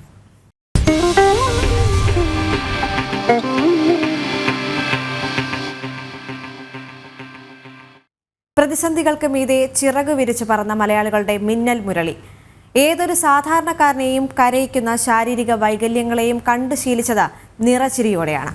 സങ്കല്പങ്ങൾക്കും വെല്ലുവിളികൾക്കും മീതെ ഉയർന്ന ഒരാളെ പരിചയപ്പെടാം. Shyam, good morning. നമസ്തേ, സ്വാഗതം ജനൻ TV-യിലേക്ക്. ശ്യാം, ഞങ്ങളിങ്ങനെ കണ്ട് അമ്പരപ്പോടെ അന്തം വിട്ട് ആരാധനയോടെ നിൽക്കുകയാണ്. ഇത് എങ്ങനെയാണ് സ്കൈ ഡൈവിംഗിലേക്ക് വരുന്നത്? ഞാൻ ആദ്യം സൈക്ലിങ്ങിലായിരുന്നു.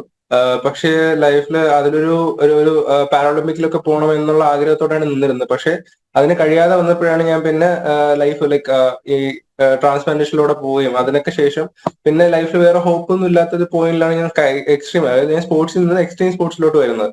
സോ ലൈഫിൽ ഒരു പുഷായിട്ട് അല്ലെങ്കിൽ ഹോപ്പായിട്ടാണ് ഞാൻ അത് എടുക്കുന്നത്. സോ അതായിരുന്നു എൻ്റെ ഒരു ടേണിംഗ് പോയിന്റ്.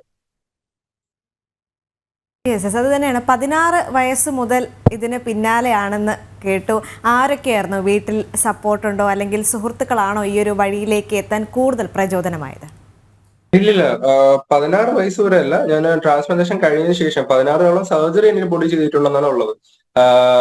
സോ 16 വർഷം വരെ ഞാൻ വീട്ടിനകത്തുമായിരുന്നു. സോ അതിനുശേഷമാണ് ഞാൻ എന്താ പറയാ ഈ സൈക്ലിംഗ് സ്റ്റാർട്ട് ചെയ്യുന്നതും സൈക്ലിങ്ങിനകത്ത് ഓരോരോ കാര്യങ്ങൾ ചെയ്തുകൊണ്ടിരുന്നത്.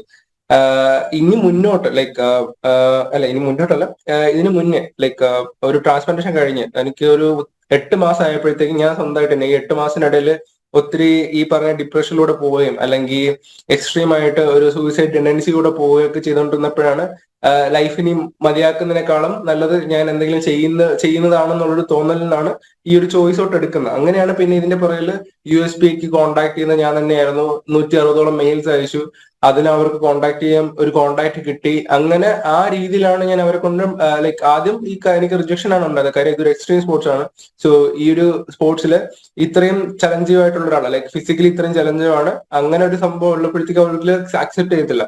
സോ അങ്ങനെ അക്സെപ്റ്റ് ചെയ്യുന്ന കാര്യത്തെ കുറിച്ച് ഇപ്പൊ ഡോക്ടേഴ്സ് ഒത്തിരി ഹെൽപ്പ് ചെയ്തിട്ടുണ്ടായിരുന്നു. ലൈക്ക് എന്റെ ഏത് ഫിസിക്കൽ കണ്ടീഷൻ ആണെങ്കിൽ പോലും അവര് എന്താ പറയാ ഒരു സർട്ടിഫിക്കറ്റ് തരാന്നുള്ള രീതിയിലൊക്കെ അവർ വില്ലിങ് ആവുകയും അത് അവിടെ അക്സെപ്റ്റ് ചെയ്യുന്നുള്ള രീതിയിലോട്ടൊക്കെ പിന്നെ അത് കഴിഞ്ഞ് പിന്നീടുള്ള ഫെർദർ ആയിട്ടുള്ള ചാറ്റ്സിലൂടെയും ലൈക്ക് അങ്ങനെയൊക്കെയാണ് പിന്നെ ഒരു ബോർഡ് മെമ്പറിനെ കണ്ടെത്തുകയും അങ്ങനെ സംസാരിക്കുകയൊക്കെ ചെയ്തിട്ടാണ് എനിക്ക് അങ്ങനെ ഒരു ഓപ്പർച്യൂണിറ്റി തരാമെന്ന് പറയുന്നത്.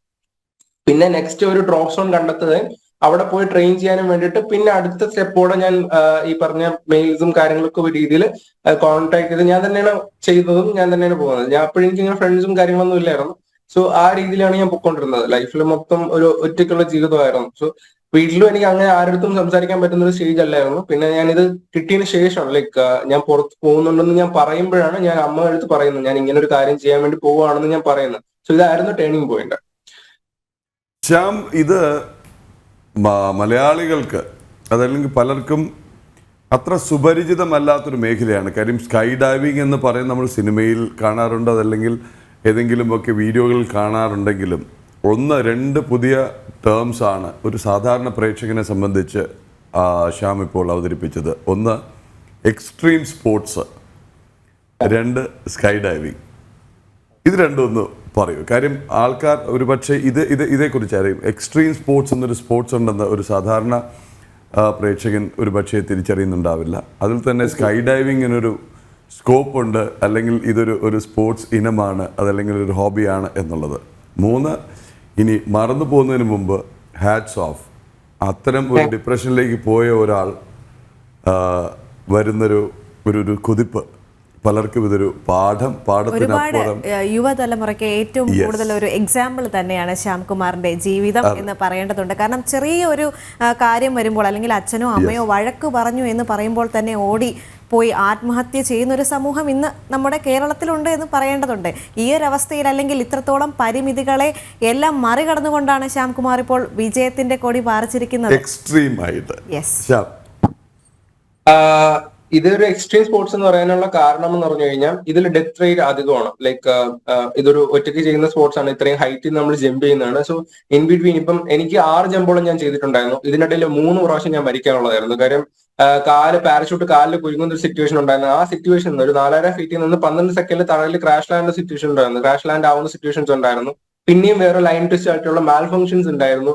സോ ഈ കനോപ്പിയിൽ നമ്മൾ ഇറങ്ങുക എന്ന് പറയുന്നത് ഭയങ്കര ഈസി ആയിട്ടുള്ള കാര്യമല്ല. ഇതിനകത്ത് ട്രെയിൻ ചെയ്യുന്നവരാണെങ്കിൽ പോലും പലർക്കും സിറ്റുവേഷനിൽ ഉണ്ടാവാറുണ്ട്. അത്രയും എക്സ്ട്രീംലി ഒരു റിസ്കി ആയിട്ടുള്ള സ്പോർട്സ് ആയതുകൊണ്ട് ഒരു എക്സ്ട്രീം റിസ്കി സ്പോർട്സ് എന്ന് പറയും. കണക്ടിവിറ്റിയിൽ എന്തോ തകരാറ് കാണുന്നുണ്ട്. ശ്യാമിനെ പോലെയുള്ളവർ കൂടുതൽ ഈ സമൂഹത്തിൽ ഉണ്ട് എന്നറിയുമ്പോൾ ഏറ്റവും കൂടുതൽ സന്തോഷമാണ് ഉണ്ടായിക്കൊണ്ടിരിക്കുന്നത്. കാരണം ഇത്രത്തോളം വലിയ റിസ്കി എലമെന്റ്സ് എല്ലാം കയ്യിൽ വെച്ചുകൊണ്ട്, അല്ലെങ്കിൽ ഇത്രത്തോളം പരിമിതികൾ ഭേദിച്ചുകൊണ്ട് ചോദിക്കുമ്പോൾ പോലും വന്ന മറുപടി ഞാൻ പ്രതീക്ഷിച്ചില്ല. 2 വട്ടം മരണത്തിന്റെ അടുത്തെത്തി എന്നുള്ളതാണ് പറയുന്നത്. പാരഷൂട്ട് കാലിൽ കൂടി എക്സ്ട്രീം സ്പോർട്സ് എന്ന് ഞാൻ ചോദിക്കുമ്പോൾ പോലും ഈ ഉത്തരം അല്ല പ്രതീക്ഷിക്കുന്നത്. 1, 2 ദേവിക നേരത്തെ പറഞ്ഞതുപോലെ തന്നെ ചെറിയ ചെറിയ കാര്യങ്ങൾക്ക് വീട് വിട്ടു പോവുകയും അല്ലെങ്കിൽ ആത്മഹത്യക്ക് തുനിയുകയൊക്കെ ചെയ്യുന്ന ഈ ഒരു കാലത്ത് ഇങ്ങനെ ഒരു അവസ്ഥ വരുന്നു. ട്രാൻസ്പ്ലാന്റ് നടക്കുന്നു. ട്രാൻസ്പ്ലാന്റിന് ശേഷം ചെലവഴിക്കുന്ന അവസ്ഥയിൽ ഡിപ്രഷൻ വരുന്നു, സൂയിസൈഡൽ ടെൻഡൻസി വരുന്നു. അങ്ങനെ നിന്നൊരാളുടെ ഒരു തിരിച്ചുവരവ്, അല്ലെങ്കിൽ അദ്ദേഹം കണ്ടെത്തിയ ഒരു മാർഗം, അത് എന്തൊരു പ്രചോദനമാണ്, എന്തൊരു ഇൻസ്പയറിംഗ് ആണ്. ഇതൊരു പക്ഷേ ഞാൻ പറയുന്നത് ഈ ശ്യാമിൻ്റെ ഈ അനുഭവം, ഈ പറയുന്ന കാര്യങ്ങൾ പാഠപുസ്തകത്തിന്റെ ഭാഗമാകേണ്ടതാണെന്ന് എനിക്ക് തോന്നുന്നു. അത് മാത്രമല്ല, സ്കൈ ഡൈവിംഗ് എന്നെല്ലാം പറയുമ്പോൾ ഇന്ന് ഇൻസ്റ്റഗ്രാമിലും മറ്റും ഇതെല്ലാം കണ്ടത് അനുകരിക്കാൻ വേണ്ടി പോകുന്ന ചില ആളുകളുമുണ്ട്. അത് ശ്യാമിന്റെ വാക്കുകളിലൂടെ കൃത്യമായി മനസ്സിലാക്കേണ്ടത്, അദ്ദേഹം 2 തവണ മരണത്തെ അഭിമുഖീകരിച്ചതിന് ശേഷമാണ് വിജയത്തിലേക്ക് എത്തിയത് എന്നതാണ്. ഏറ്റവും കൂടുതൽ ട്രെയിൻഡ് ആയിട്ടുള്ള ആൾക്കാർക്ക് പോലും ഇത് ദുർഘടമായ ഒരു അവസ്ഥയാണ് എന്നുകൂടി ഈ ഒരു അവസരത്തിൽ പറഞ്ഞു വെക്കുന്നുണ്ട്.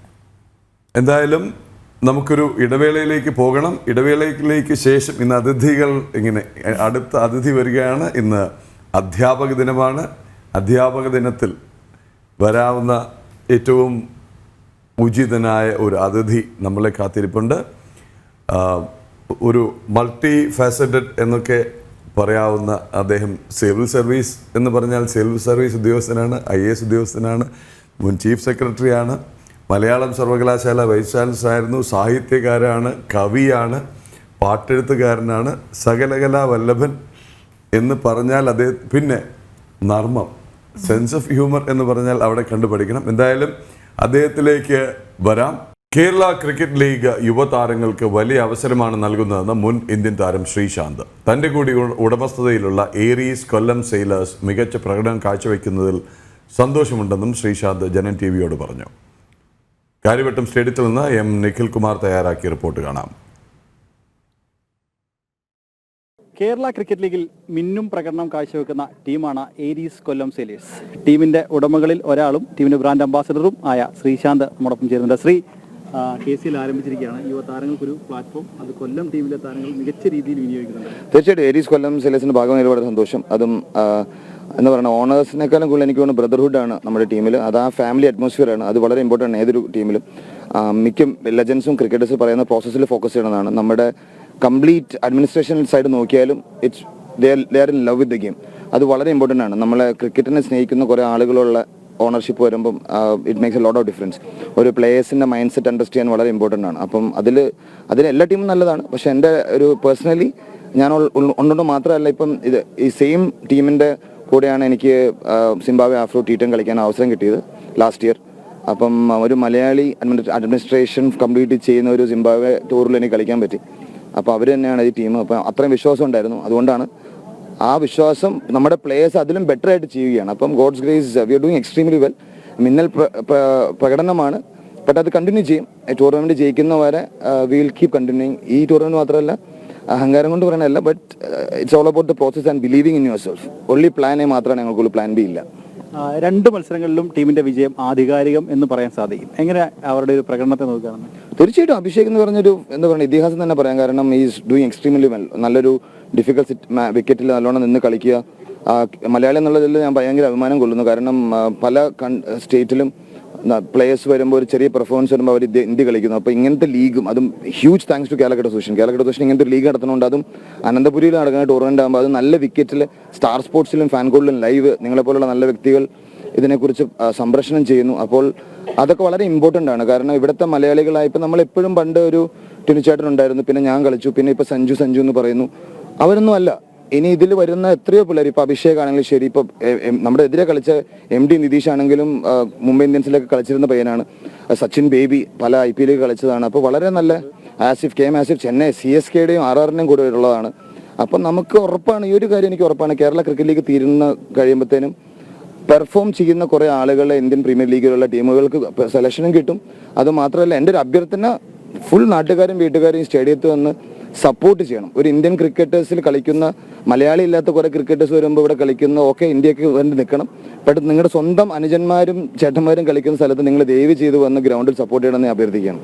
ശ്രീ ആണെങ്കിൽ ഈ നമ്മൾ കഴിഞ്ഞ ദിവസങ്ങളെ കണ്ടു, മത്സര സമയത്തെല്ലാം ഡഗൌട്ടിലുണ്ട് ടീമിനെ പൂർണ്ണമായിട്ട് സപ്പോർട്ട് ചെയ്യാൻ. അവസാനം മാൻ ഓഫ് ദ മാച്ച് ആ ഒരു നടക്കുന്ന സമയം വരെ പൂർണ്ണമായും സപ്പോർട്ട് ചെയ്യുന്നു. അപ്പോൾ ടീമിന്റെ ഭാഗമായിട്ട് യാത്രകളെല്ലാം കൂടി ഉണ്ടോ? ഉണ്ട്, തീർച്ചയായിട്ടും മാക്സിമം മാച്ചസ് അറ്റൻഡ് ചെയ്യണമെന്നാണ്. കാരണം എൻ്റെ legends trophy തുടങ്ങുവാണ്.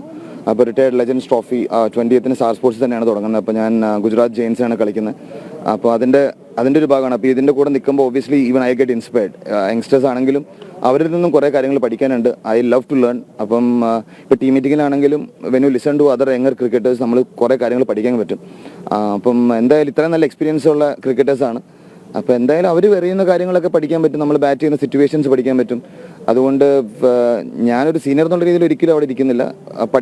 I want to learn എന്നുള്ള രീതിയിലാണ് ഇരിക്കുന്നത്. എന്തായാലും ഒരു കൊല്ലം ടീം മിന്നും പ്രകടനം ഇതുവരെ കാഴ്ചവെച്ചു. ഇനി അങ്ങോട്ട് അത് കാഴ്ചവെച്ച് ഒരു കപ്പ് ഉയർത്താൻ, പ്രഥമ കപ്പ് ഉയർത്തട്ടെ എന്ന് ആശംസിക്കുകയാണ്. കാര്യവട്ടം സ്റ്റേഡിയത്തിൽ നിന്നും ക്യാമറമാൻ രഞ്ജിത്ത് മോഹനൊപ്പം നിഖിൽകുമാർ, ജനം. KCLലൂടെ ഇന്ത്യൻ ടീമിലേക്ക് എത്തുകയാണ് തന്റെ ലക്ഷ്യമെന്ന ഏരീസ് കൊല്ലം സെയിലേഴ്സ് താരം ഷറഫുദ്ദീൻ. സീനിയർ താരങ്ങളുടെ പിന്തുണ വളരെ മികച്ചതാണെന്നും ഷറഫുദ്ദീൻ ജനം TVയോട് പറഞ്ഞു. കൊല്ലം തൃശൂർ മത്സരത്തിലെ പ്ലെയർ ഓഫ് ദി മാച്ചായ ഷറഫുദ്ദീനൊപ്പം നിഖിൽകുമാർ തയ്യാറാക്കിയ റിപ്പോർട്ട് കാണാം.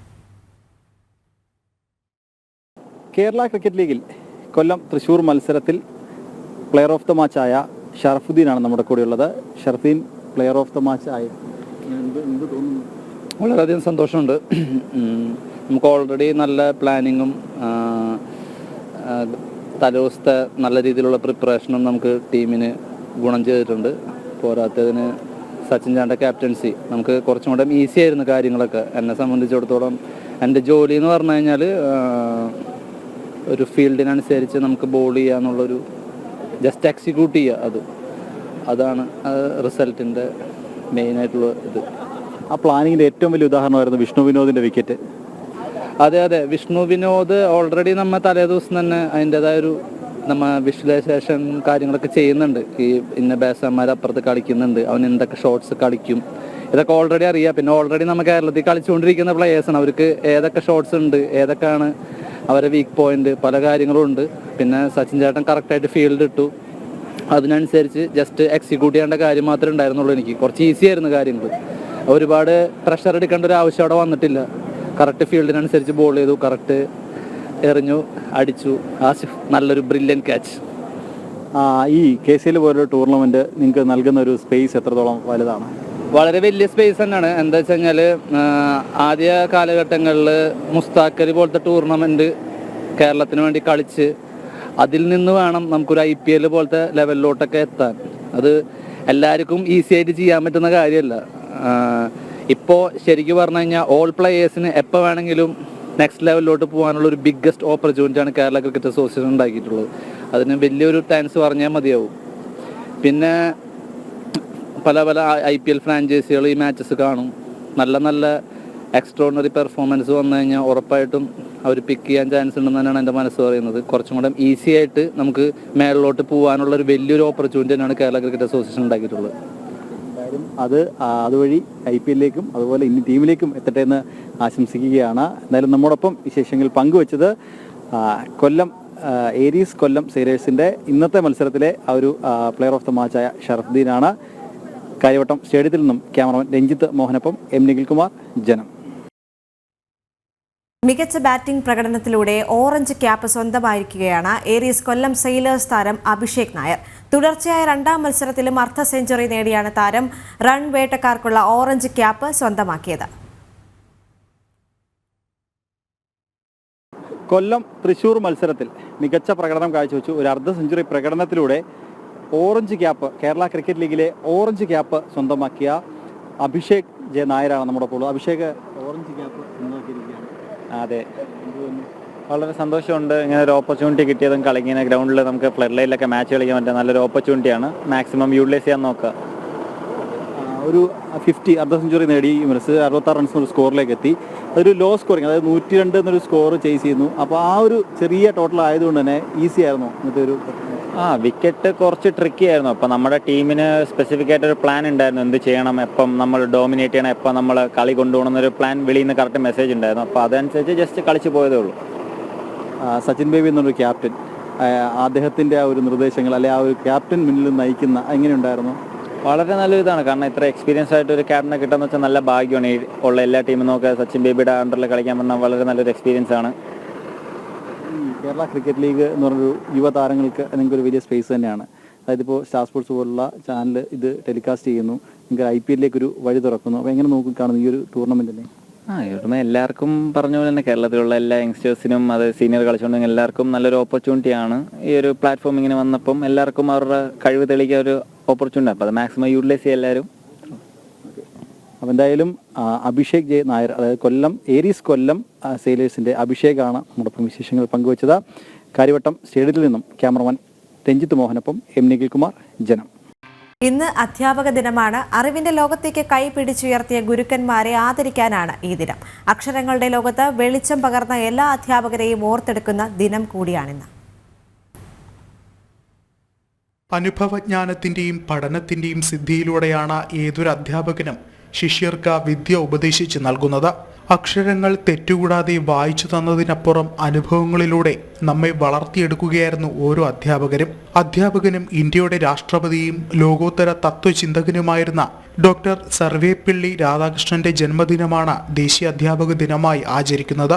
1888 സെപ്റ്റംബർ 5 തമിഴ്നാട്ടിലെ തിരുത്തണിയിൽ ജനനം. ഭാരതത്തിലെ വിവിധ കോളേജുകളിലും യൂണിവേഴ്സിറ്റികളിലും പ്രൊഫസറായി സേവനമനുഷ്ഠിച്ചു. 1936 അദ്ദേഹത്തിന് ഓക്സ്ഫോർഡ് യൂണിവേഴ്സിറ്റിയിൽ നിന്നും ക്ഷണം ലഭിച്ചു. 1946 മുതൽ 52 വരെ യുനെസ്കോയിൽ ഇന്ത്യയെ പ്രതിനിധീകരിച്ചു. 1949 മുതൽ 1952 വരെ സോവിയറ്റ് യൂണിയനിലെ ഇന്ത്യൻ അംബാസഡറായി സേവനമനുഷ്ഠിച്ചു. 1952 ഇന്ത്യയുടെ ആദ്യ ഉപരാഷ്ട്രപതിയായും 1962 ഇന്ത്യയുടെ രണ്ടാമത്തെ രാഷ്ട്രപതിയായും തെരഞ്ഞെടുക്കപ്പെട്ടു.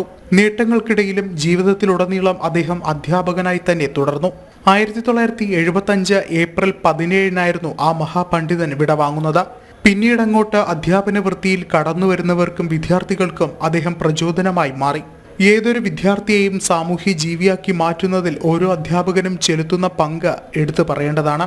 ആദ്യം അക്ഷരങ്ങളുടെ വെളിച്ചം, പിന്നെ വാക്കുകൾ, വാക്യങ്ങൾ, പിന്നീട് പുസ്തകങ്ങൾ, അനുഭവങ്ങൾ, അങ്ങനെ ഒരു വിദ്യാർത്ഥിയിൽ നിന്നും വ്യക്തിയിലേക്കുള്ള വളർച്ചയിൽ മാർഗദീപമാകുന്നത് നമ്മുടെ അധ്യാപകരാണ്. മാതാപിതാ ഗുരു ദൈവം എന്ന സങ്കല്പം പോലെ മാതാപിതാക്കൾ കഴിഞ്ഞാൽ ദൈവതുല്യരാണ് അധ്യാപകർ എന്നുകൂടി ഈ ദിനം നമ്മെ ഓർമ്മപ്പെടുത്തുന്നു. ന്യൂസ് ഡെസ്ക്, ജനം. ഈ അധ്യാപക ദിനത്തിൽ ഏറ്റവും അനുയോജ്യനായ ഒരു അതിഥിയാണ് ജനം TVക്കൊപ്പം ചേരുന്നത്. അധ്യാപകനായി ഔദ്യോഗിക ജീവിതം തുടങ്ങി കവിയായും ഗാനരചയിതാവായും ചിത്രകാരനായും തിരക്കഥാകൃത്തായും സംവിധായകനായും വിവിധ സർക്കാർ വകുപ്പുകളുടെ ഡയറക്ടറായും സെക്രട്ടറിയായും ചീഫ് സെക്രട്ടറിയായും മലയാള സർവകലാശാലയുടെ പ്രഥമ വൈസ് ചാൻസലറായും ഒക്കെ വിജയകരമായി അടയാളപ്പെടുത്തിയ K. ജയകുമാറാണ് ഇന്നത്തെ നമ്മുടെ അതിഥി. നമസ്തേ, ഗുഡ് മോർണിംഗ്, സ്വാഗതം ജനം TVയിലേക്ക്. പറഞ്ഞു തീരുന്നില്ലായിരുന്നു വിശേഷണങ്ങൾ. നമസ്കാരം. ഇന്ന് സാറൊരു പ്രതീകമാണ്. സാറിനെ ഇങ്ങനെ ഫ്രെയിമിലിരുത്തി ജനൻ TV ആദരിക്കുന്നത് ഗുരുക്കന്മാരെയാണ്. എല്ലാ അർത്ഥത്തിലും അക്ഷരം അല്ലെങ്കിൽ കളരിയിൽ തുടങ്ങിയവരുണ്ടെങ്കിൽ അതുമുതൽ സർവകലാശാലകളിൽ വരെ എത്തിച്ചേർന്നിരിക്കുന്ന, ഞാൻ ഒരുപാട് പ്രസംഗിക്കുന്നില്ല, കാര്യം സാറ് പറയുന്നത് കേൾക്കാനാണ് പ്രേക്ഷകർ ഇരിക്കുന്നത്. അങ്ങ് ഏറ്റവും ആസ്വദിച്ച മേഖല അധ്യാപനമാണോ അതോ ഏറ്റവും ആസ്വദിച്ച സമയം ക്ലാസ്സിലിരുന്നതാണോ?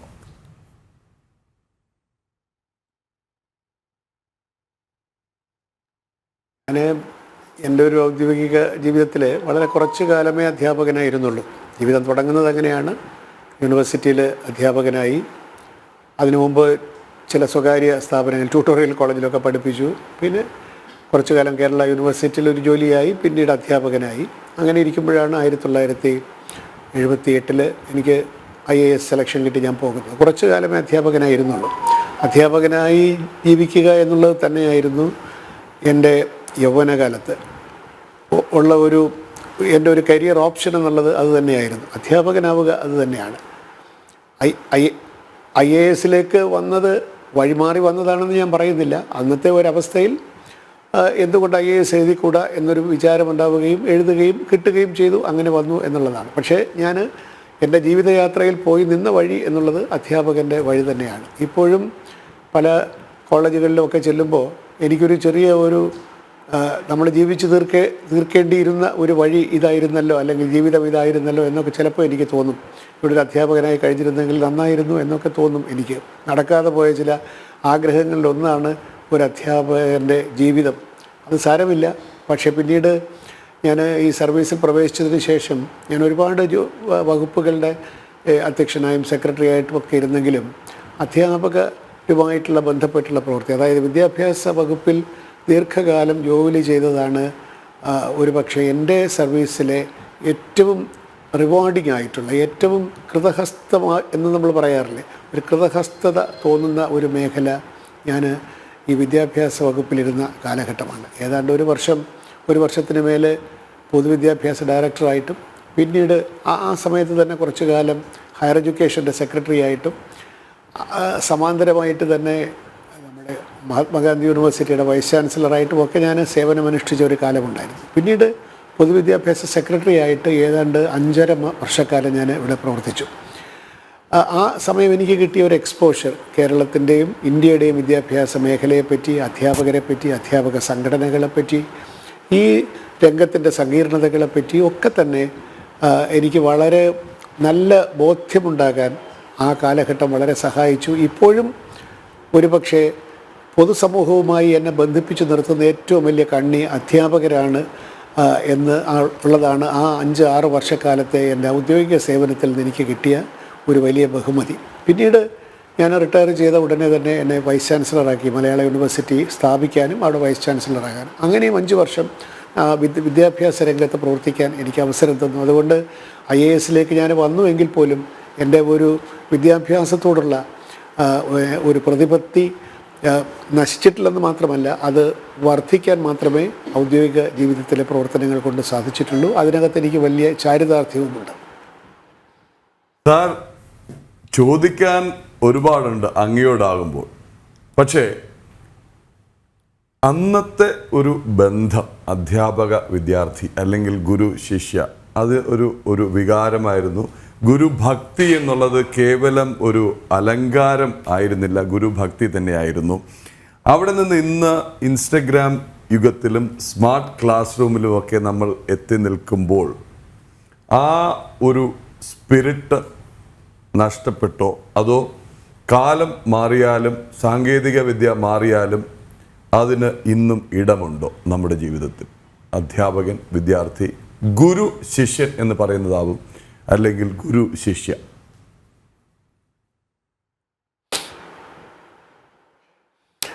എൻ്റെ ഉത്തരം നീണ്ടുപോകുമോ എന്നെനിക്ക് അറിഞ്ഞുകൂടാ. എങ്കിലും ഞാനൊന്ന് ഓർക്കുകയാണ്.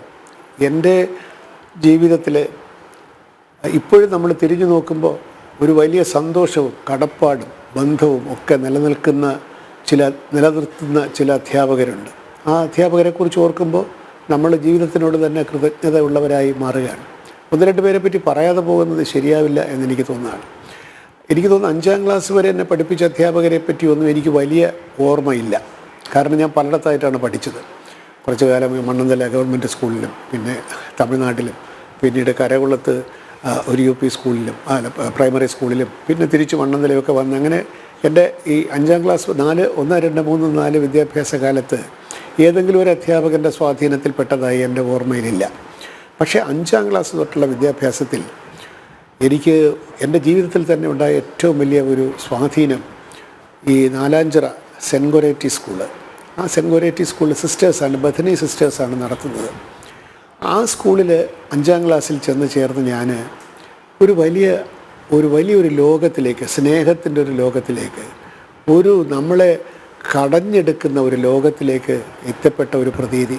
ചില sisters, sister Sleeba, sister Philomina, sister Helena, sister Hemas തുടങ്ങിയ എത്ര സിസ്റ്റേഴ്സ് എന്നെ എന്തൊരു സ്നേഹം തന്നാണ് വളർത്തിയത് എന്ന് ഞാനിപ്പോൾ ഓർക്കുകയാണ്. ആദ്യമായിട്ട് നമ്മൾ സ്റ്റേജിൽ കയറുന്നു, പ്രസംഗിക്കുന്നു, മോണോ ആക്ട് അഭിനയിക്കുന്നു, നമ്മുടെ ഇംഗ്ലീഷ് ഉച്ചാരണത്തെപ്പറ്റി നമുക്ക് മതിപ്പുണ്ടാക്കി തരുന്നു, പ്രോത്സാഹനം തരുന്നു, മലയാളം എഴുതാൻ നമ്മളെ പ്രോത്സാഹിപ്പിക്കുന്നു, ഉച്ചാരണ ശുദ്ധി തരുന്നു തുടങ്ങി നിനക്ക് എന്തൊക്കെയോ കഴിവുകളുണ്ട് എന്ന് പറഞ്ഞ് നമ്മളെ തന്നെ ഉണർത്തി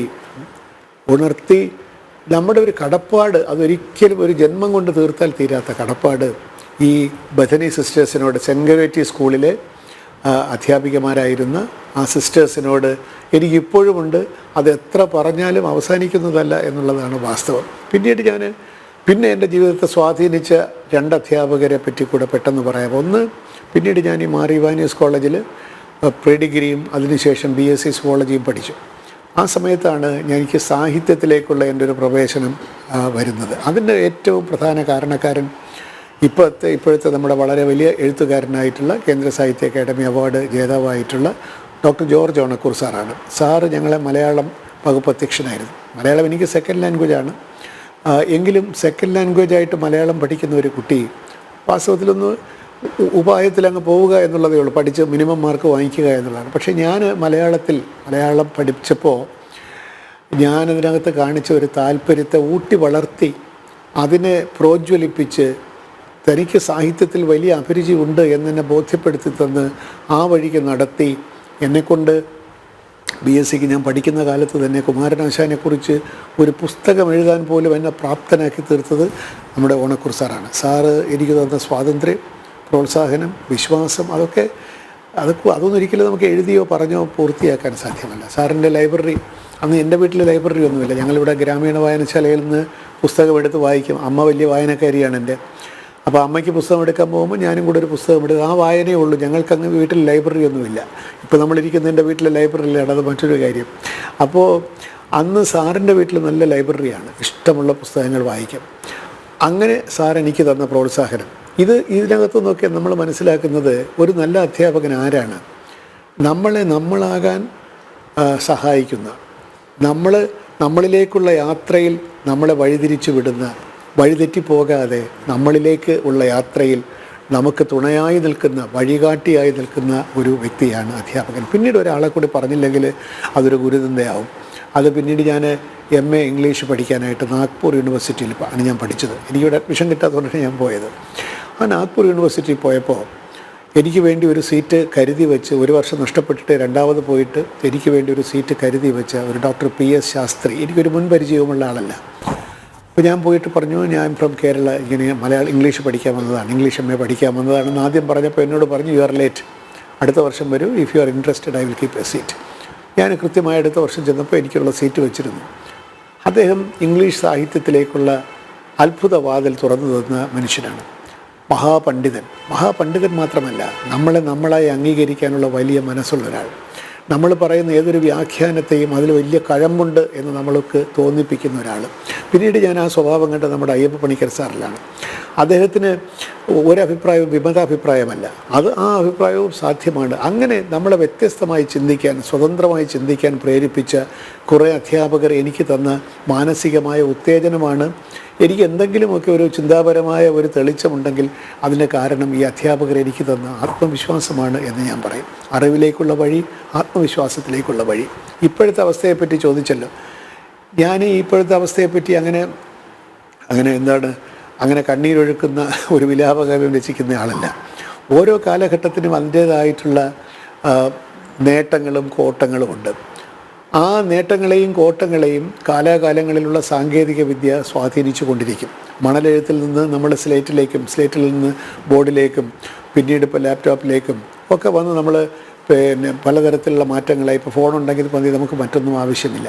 ഇതൊക്കെ കണ്ടിട്ട് നമുക്കിവിടെ എല്ലാം നഷ്ടപ്പെട്ടു എന്ന ഒരു വിലാപത്തിന് വലിയ അർത്ഥമുള്ളതായി എനിക്ക് തോന്നുന്നില്ല. മാറി വരുന്ന കാലത്തിൽ കുട്ടിയുടെ സൈക്കോളജിയിൽ വലിയ മാറ്റങ്ങൾ സംഭവിച്ചിട്ടുണ്ട്. ഹീസ് ഡിസ്ട്രാക്റ്റഡ്, ഒരുപാട് ഡിസ്ട്രാക്ഷനുണ്ട്. അതനുസരിച്ചിട്ട് അധ്യാപകരുടെ മനോഭാവത്തിലും ക്ഷമയിലും സമീപനത്തിലും മാറ്റങ്ങൾ ഉണ്ടാവണം. അല്ലാതെ നമ്മുടെ കുട്ടികൾക്കൊന്നും സംഭവിച്ചിട്ടില്ല. ഈ ബന്ധത്തിൽ ഒരു പുതിയ സമവാക്യം ഉണ്ടാക്കേണ്ട കാരണം ഒരു സമയമായിട്ടുണ്ട്. പണ്ട് കുട്ടികളിൽ നിന്ന് പ്രതീക്ഷിച്ചു കൊണ്ടിരുന്ന ഒബീഡിയൻസ് അല്ലെങ്കിൽ അനുസരണ, അതൊക്കെ ഇപ്പോൾ പ്രതീക്ഷിക്കാൻ ബുദ്ധിമുട്ടാണ്. പക്ഷെ അതിൻ്റെ അർത്ഥം അവന് ഗുരുത്വമില്ല എന്നോ അവന് സ്നേഹമില്ല എന്നോ അവന് ഗുരുവിനോട് ബന്ധമില്ല എന്നോ അല്ല. ആ ബന്ധം നമ്മൾ you cannot take it for granted. നീ വിദ്യാർത്ഥി ആയതുകൊണ്ട് നീ ഗുരുഭക്തി ഉള്ളവനായിക്കൊള്ളണം എന്ന് വിചാരിച്ചാൽ നടക്കുകയല്ല. ആ ഗുരുഭക്തി ആർജിക്കത്തക്ക രീതിയിലുള്ള സ്നേഹവും ആത്മവിശ്വാസവും അവന് കൊടുത്തുകൊണ്ട് ആ കുട്ടിയെ വഴി നടത്തുന്ന ഏതൊരു അധ്യാപകനും പണ്ട് എങ്ങനെയാണോ അധ്യാപകർക്ക് കുട്ടികൾ ബഹുമാനം കൊടുത്തിരുന്നത് അതുപോലെ തന്നെയുള്ള സ്നേഹ ബഹുമാനങ്ങൾ ആർജിക്കാൻ ഇപ്പോഴും സാധിക്കും. അത് പരമ്പരാഗതമായിട്ടുള്ള സമീപനത്തിൽ നിന്ന് വ്യത്യസ്തമായ ഒരു സമീപനം അനുവർത്തിക്കുന്ന അധ്യാപകർക്ക് മാത്രമേ അത് സാധ്യമാവുകയുള്ളൂ. സമൂഹത്തിൽ വന്നിരിക്കുന്ന മാറ്റങ്ങൾ, സാങ്കേതികമായ മാറ്റങ്ങൾ, കുട്ടിയെ ഡിസ്ട്രാക്ട് ചെയ്തുകൊണ്ടിരിക്കുന്ന സാഹചര്യങ്ങൾ, ഇതൊന്നും മാറ്റിമറിക്കാൻ നമ്മൾ വിചാരിച്ചാൽ സാധിക്കുകയില്ല. നമുക്ക് സാധിക്കുന്നത് എന്താണ്? ഈ മാറ്റങ്ങൾക്കനുസൃതമായി നമ്മുടെ മനോഭാവങ്ങളിലും നമ്മുടെ ശൈലിയിലും നമ്മുടെ സമീപനങ്ങളിലുമൊക്കെ കാലോചിതമായിട്ടുള്ള മാറ്റങ്ങൾ വരുത്തിക്കൊണ്ട് ഈ കുട്ടിയിലുള്ള വിശ്വാസം നഷ്ടപ്പെടാതെ അവരെ നമ്മളോടൊപ്പം കൂട്ടുകയാണ് അധ്യാപകർ ചെയ്യേണ്ടത്. കുട്ടിക്ക് സ്നേഹിക്കാനുള്ള കഴിവും നമ്മളെ ആദരിക്കാനുള്ള കഴിവും ഒന്നും നഷ്ടപ്പെട്ടിട്ടില്ല. ഹീസ് ഡിസ്ട്രാക്റ്റഡ്, അതിനെപ്പറ്റി സംശയമില്ല. അവിടെ ഒരു പുതിയ ഒരു ശൈലി ഒരു അധ്യാപക ബന്ധത്തിൽ, കുട്ടികളുമായിട്ടുള്ള ബന്ധത്തിലുണ്ടാവണം. അങ്ങനെ തന്നെ ഉള്ള എത്രയോ അധ്യാപകർ ഇപ്പോഴും നമ്മുടെ സ്കൂളുകളിലും കോളേജുകളിലും ഉണ്ട് എന്നുള്ളതും വാസ്തവമാണ്. ഇതാണ് എനിക്ക് ഇക്കാര്യത്തിൽ ഉള്ള എൻ്റെ ഒരു വ്യക്തമായിട്ടുള്ള അഭിപ്രായം. സാർ, നമ്മൾ പൊതുവെ പറയാറുണ്ട് ലോകത്തിലെ ഏറ്റവും വലിയ സമ്പന്നർ അധ്യാപകരാണ്. കാരണം ശിഷ്യ സമ്പത്താണ് ഏറ്റവും വലിയ സമ്പത്തെന്നും നമ്മൾ പറയാറുണ്ട്. എല്ലാ അധ്യാപകർക്കും ഒരു പ്രിയപ്പെട്ട ഒരു ശിഷ്യനോ ശിഷ്യയൊക്കെ ഉണ്ടാകും. കാരണം ഫസ്റ്റ് ബെഞ്ചിൽ ഇരിക്കുന്ന ഏറ്റവും മിടുക്കനായ വിദ്യാർത്ഥിയെക്കാളും കൂടുതൽ ഇഷ്ടം ബാക്ക് ബെഞ്ചിലെ കുസൃതി കുട്ടിയെ. അത്തരത്തിലൊരു വിദ്യാർത്ഥി അങ്ങയുടെ ജീവിതത്തിലുണ്ട്. അതിലേക്കും വരാം സാർ. ഒരു മിനിറ്റ് ക്ഷമിക്കണം. അതുപോലെ ഈ ചോദ്യം ചോദിക്കാനുള്ള ആവേശത്തിൽ ഇന്നത്തെ തലമുറയ്ക്ക് അറിഞ്ഞുകൂടെങ്കിൽ പ്രശസ്ത സംവിധായകനായ എം കൃഷ്ണൻ നായർ സാറുടെ മകനാണ് ഇനി ജെൻഡർ ഇക്വിറ്റി, ഒപ്പം അമ്മ സുലോചന. ഒരുപക്ഷെ വാർത്തകളിൽ ഏറ്റവും അധികം നിറഞ്ഞത് സാർ ക്ഷമിക്കണം, സാഹിത്യത്തിലും ടൂറിസത്തിലും സിവിൽ സർവീസിലും ഒക്കെ നൽകിയ സംഭാവനയേക്കാൾ സാറിൻ്റെ വീഡിയോ വൈറലായത് ദേവിക തന്നെ നേരത്തെ ചൂണ്ടിക്കാട്ടി. ശ്രീപത്മനാഭസ്വാമി ക്ഷേത്രത്തിലെ നിലവറ തുറക്കാൻ പോയ ദിവസത്തെ വീഡിയോ ആയിരിക്കും ഏറ്റവും അധികം വൈറലായത്. ആ വിശേഷങ്ങളിലേക്കൊക്കെ വരാം. ഞാൻ നേരത്തെ ചോദിച്ച ചോദ്യത്തിന് ഉത്തരം കിട്ടിയിട്ടില്ല. ഏറ്റവും പ്രിയപ്പെട്ട വിദ്യാർത്ഥി അങ്ങനെ ഒന്ന് ഉണ്ടോ? അങ്ങനെ ഉണ്ടെങ്കിൽ അത് ആരാണ്?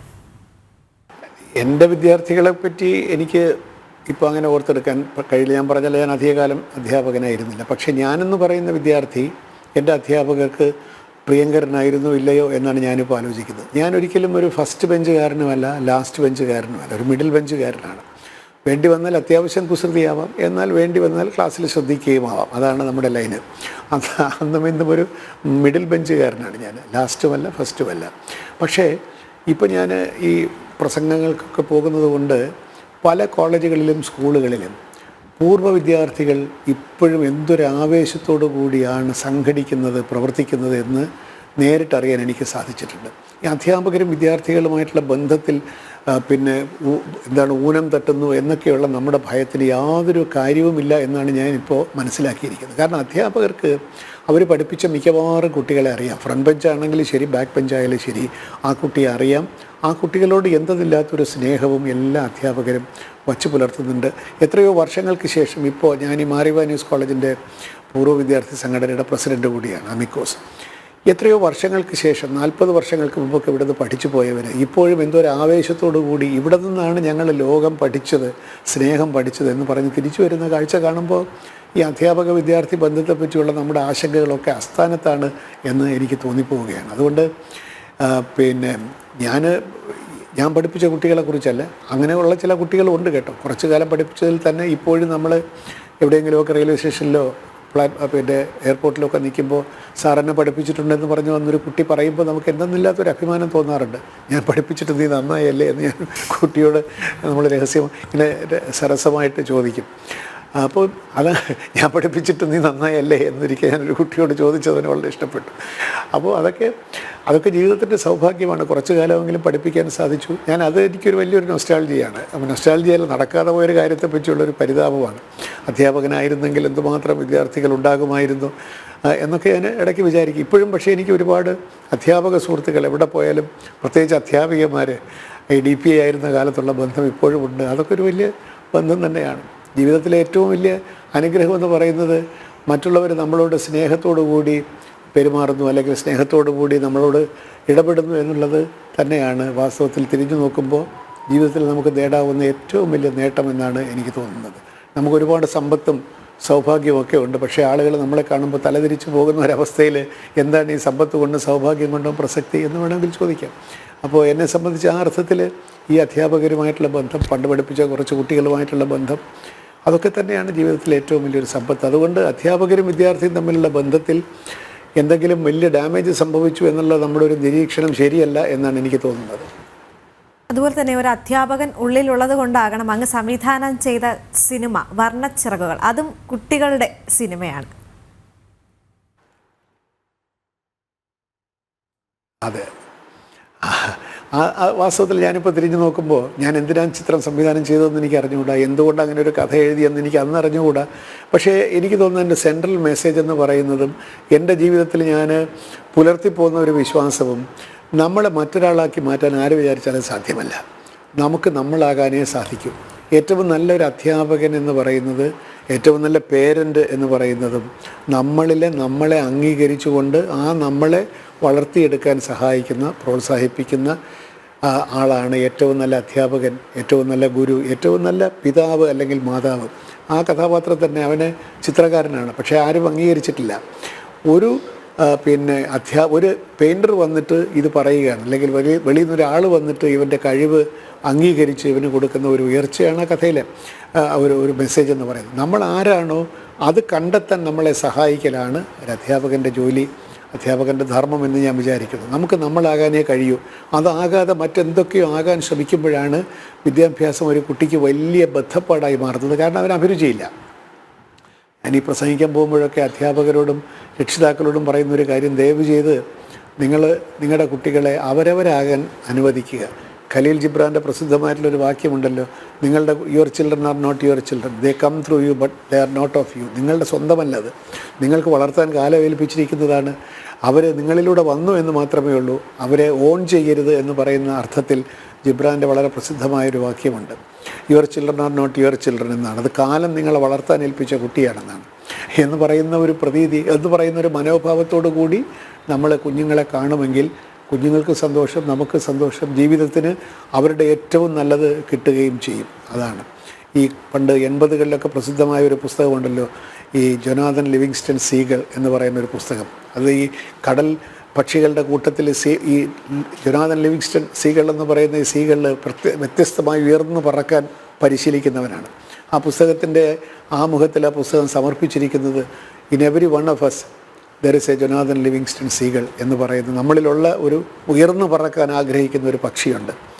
ആ പക്ഷി എത്രത്തോളം പറക്കാൻ ആകാശവും ചിറകുകളും നൽകുമ്പോൾ അതാണ് വിദ്യാഭ്യാസത്തിൻ്റെ ലക്ഷ്യം എന്ന് ഞാൻ വിചാരിക്കുകയാണ്. അതോടൊപ്പം തന്നെ ഇത്രയും വലിയ പദവികളിൽ ഇരുന്നിട്ട് പോലും നമ്മളേറെ ശ്രദ്ധിച്ചത്, അല്ലെങ്കിൽ ഏറ്റവും കൂടുതൽ ശ്രദ്ധേയമായത് അങ്ങയുടെ പാട്ടുകളാണ്. അങ്ങയുടെ ഗാനരചയിതാവ് എന്നൊരു വശം അത് ഏറ്റവും കൂടുതൽ അത്ഭുതപ്പെടും. ആദ്യത്തെ പാട്ട് എഴുതിയത് ഞങ്ങൾ പറയണോ അങ്ങ് പറയുമോ? പിന്നെ മറ്റ് പാട്ടുകൾ, ഈ പാട്ടുകളുടെ ലിസ്റ്റ് ഇങ്ങനെ എടുക്കുമ്പോൾ കെ ജയകുമാർ IAS, മൂന്നക്ഷരവും വേണ്ട, അറിയാത്തവരും ഈ പാട്ട് ഓരോന്നായി പറയുമ്പോൾ ഐഡൻറ്റിഫൈ ചെയ്യും എന്നുള്ളതാണ്. ഒരു വലിയ പുണ്യമാണ്, ഒരു ഭാഗ്യമാണ്. ആദ്യത്തെ പാട്ടും പിന്നെയുള്ള പാട്ടുകളുടെ കഥയും എങ്ങനെ അതിലേക്ക് വന്നു എന്നുള്ളതും ജയകുമാർ സാർ.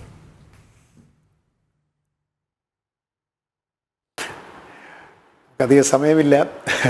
പിന്നെ അത് ഞാൻ ഈ പറഞ്ഞ ഒരു ഐഡിയ ഉണ്ടല്ലോ, ആശയമുണ്ടല്ലോ, നമ്മളാകാൻ കഴിയുക, നമുക്ക് നമ്മളാകാൻ കഴിയുക എന്നുള്ളത് തന്നെയാണ് ജീവിതത്തിൻ്റെ പുണ്യം. അപ്പോൾ ഓരോരുത്തർ ഓരോ ജോലിയിൽ കയറി കഴിയുമ്പോൾ പിന്നെ ആ ജോലിയുമായിട്ട് നമ്മളങ്ങ് ഇൻവോൾവ് ആയിട്ട് നമ്മളിലെ മറ്റു വശങ്ങളൊക്കെ അങ്ങ് തമസ്കരിക്കപ്പെടും. അതാണ് പലപ്പോഴും പലർക്കും പറ്റുന്ന ഒരു പരാജയം. ജീവിത അവസാനത്തിൽ തിരിഞ്ഞു നോക്കുമ്പോൾ കുറേ കാലം ഒരു ഉദ്യോഗത്തിലിരുന്നു, അത്ര തന്നെ ഉള്ളൂ, വേറൊന്നും ആയില്ല എന്ന് വിചാരിക്കുന്ന ഒരുപാട് പേരെ എനിക്കറിയാം. നമ്മുടെ ശ്രീരാമകൃഷ്ണാശ്രമത്തിൻ്റെ മഠാധിപതിയായിരുന്ന സ്വാമി രംഗനാഥാനന്ദ വളരെ പ്രസിദ്ധനായിട്ടുള്ള സ്വാമിജിയാണ്, നല്ല വാഗ്മിയാണ്, മഹാപണ്ഡിതനാണ്. അദ്ദേഹം ഞങ്ങളുടെ IAS അക്കാഡമിയിൽ എല്ലാ വർഷവും പ്രസംഗിക്കാൻ വരും. അപ്പോൾ ഞങ്ങളുടെ വർഷവും അദ്ദേഹം പ്രസംഗിക്കാൻ വന്നപ്പോൾ പറഞ്ഞ ഒരു വാക്യം ഞാൻ ഒരിക്കലും മറക്കില്ല, ഞാൻ പലപ്പോഴും ആവർത്തിച്ചിട്ടുണ്ട്. അദ്ദേഹം പറഞ്ഞ് ഞങ്ങളത് IASകാരിങ്ങനെ അങ്ങനെ രാജ്യം ഭരിക്കാൻ റെഡിയായിട്ട് നിൽക്കുന്ന ഞങ്ങളോട് പറയുകയാണ്, നിങ്ങൾ ഒരു ഉയർന്ന സർവീസിലേക്ക് വന്നു, you have been assigned certain functions. അതിനൊരു ഇംഗ്ലീഷ് വാക്കുണ്ട്, യു ബിക്കം ഫങ്ഷണറീസ്. നിങ്ങളൊരു ജോലി ഏൽപ്പിക്കുന്നു, ആ ജോലി ചെയ്യുന്നു. നിങ്ങൾ ജീവിതത്തിലുടനീളം ആ ഫങ്ഷണറി ആയിരുന്നിട്ട് അങ്ങനെ മാത്രമായി ആണിരിക്കുന്നതെങ്കിൽ when that function is taken away from you, then what do you become? You become defunct.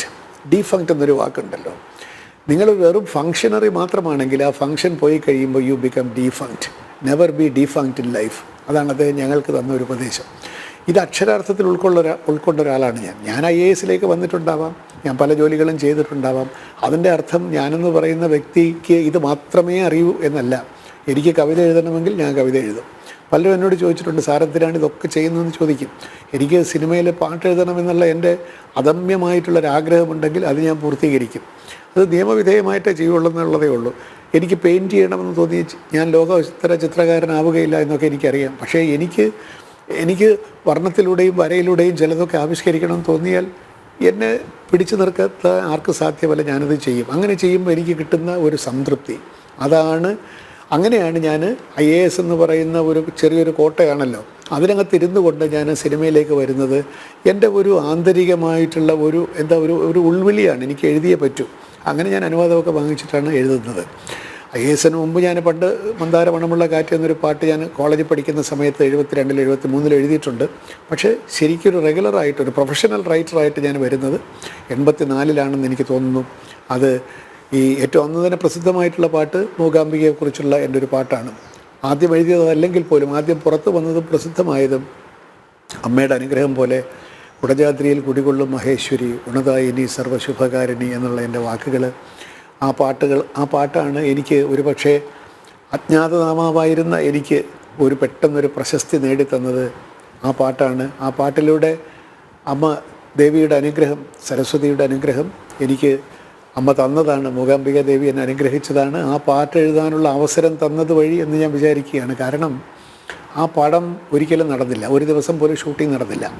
4 പാട്ടുകൾ റെക്കോർഡ് ചെയ്തു. അതിൽ ഈ പാട്ട് പുറത്തിറങ്ങിയപ്പോൾ ഈ പാട്ട് സൂപ്പർ ഹിറ്റായി മാറി.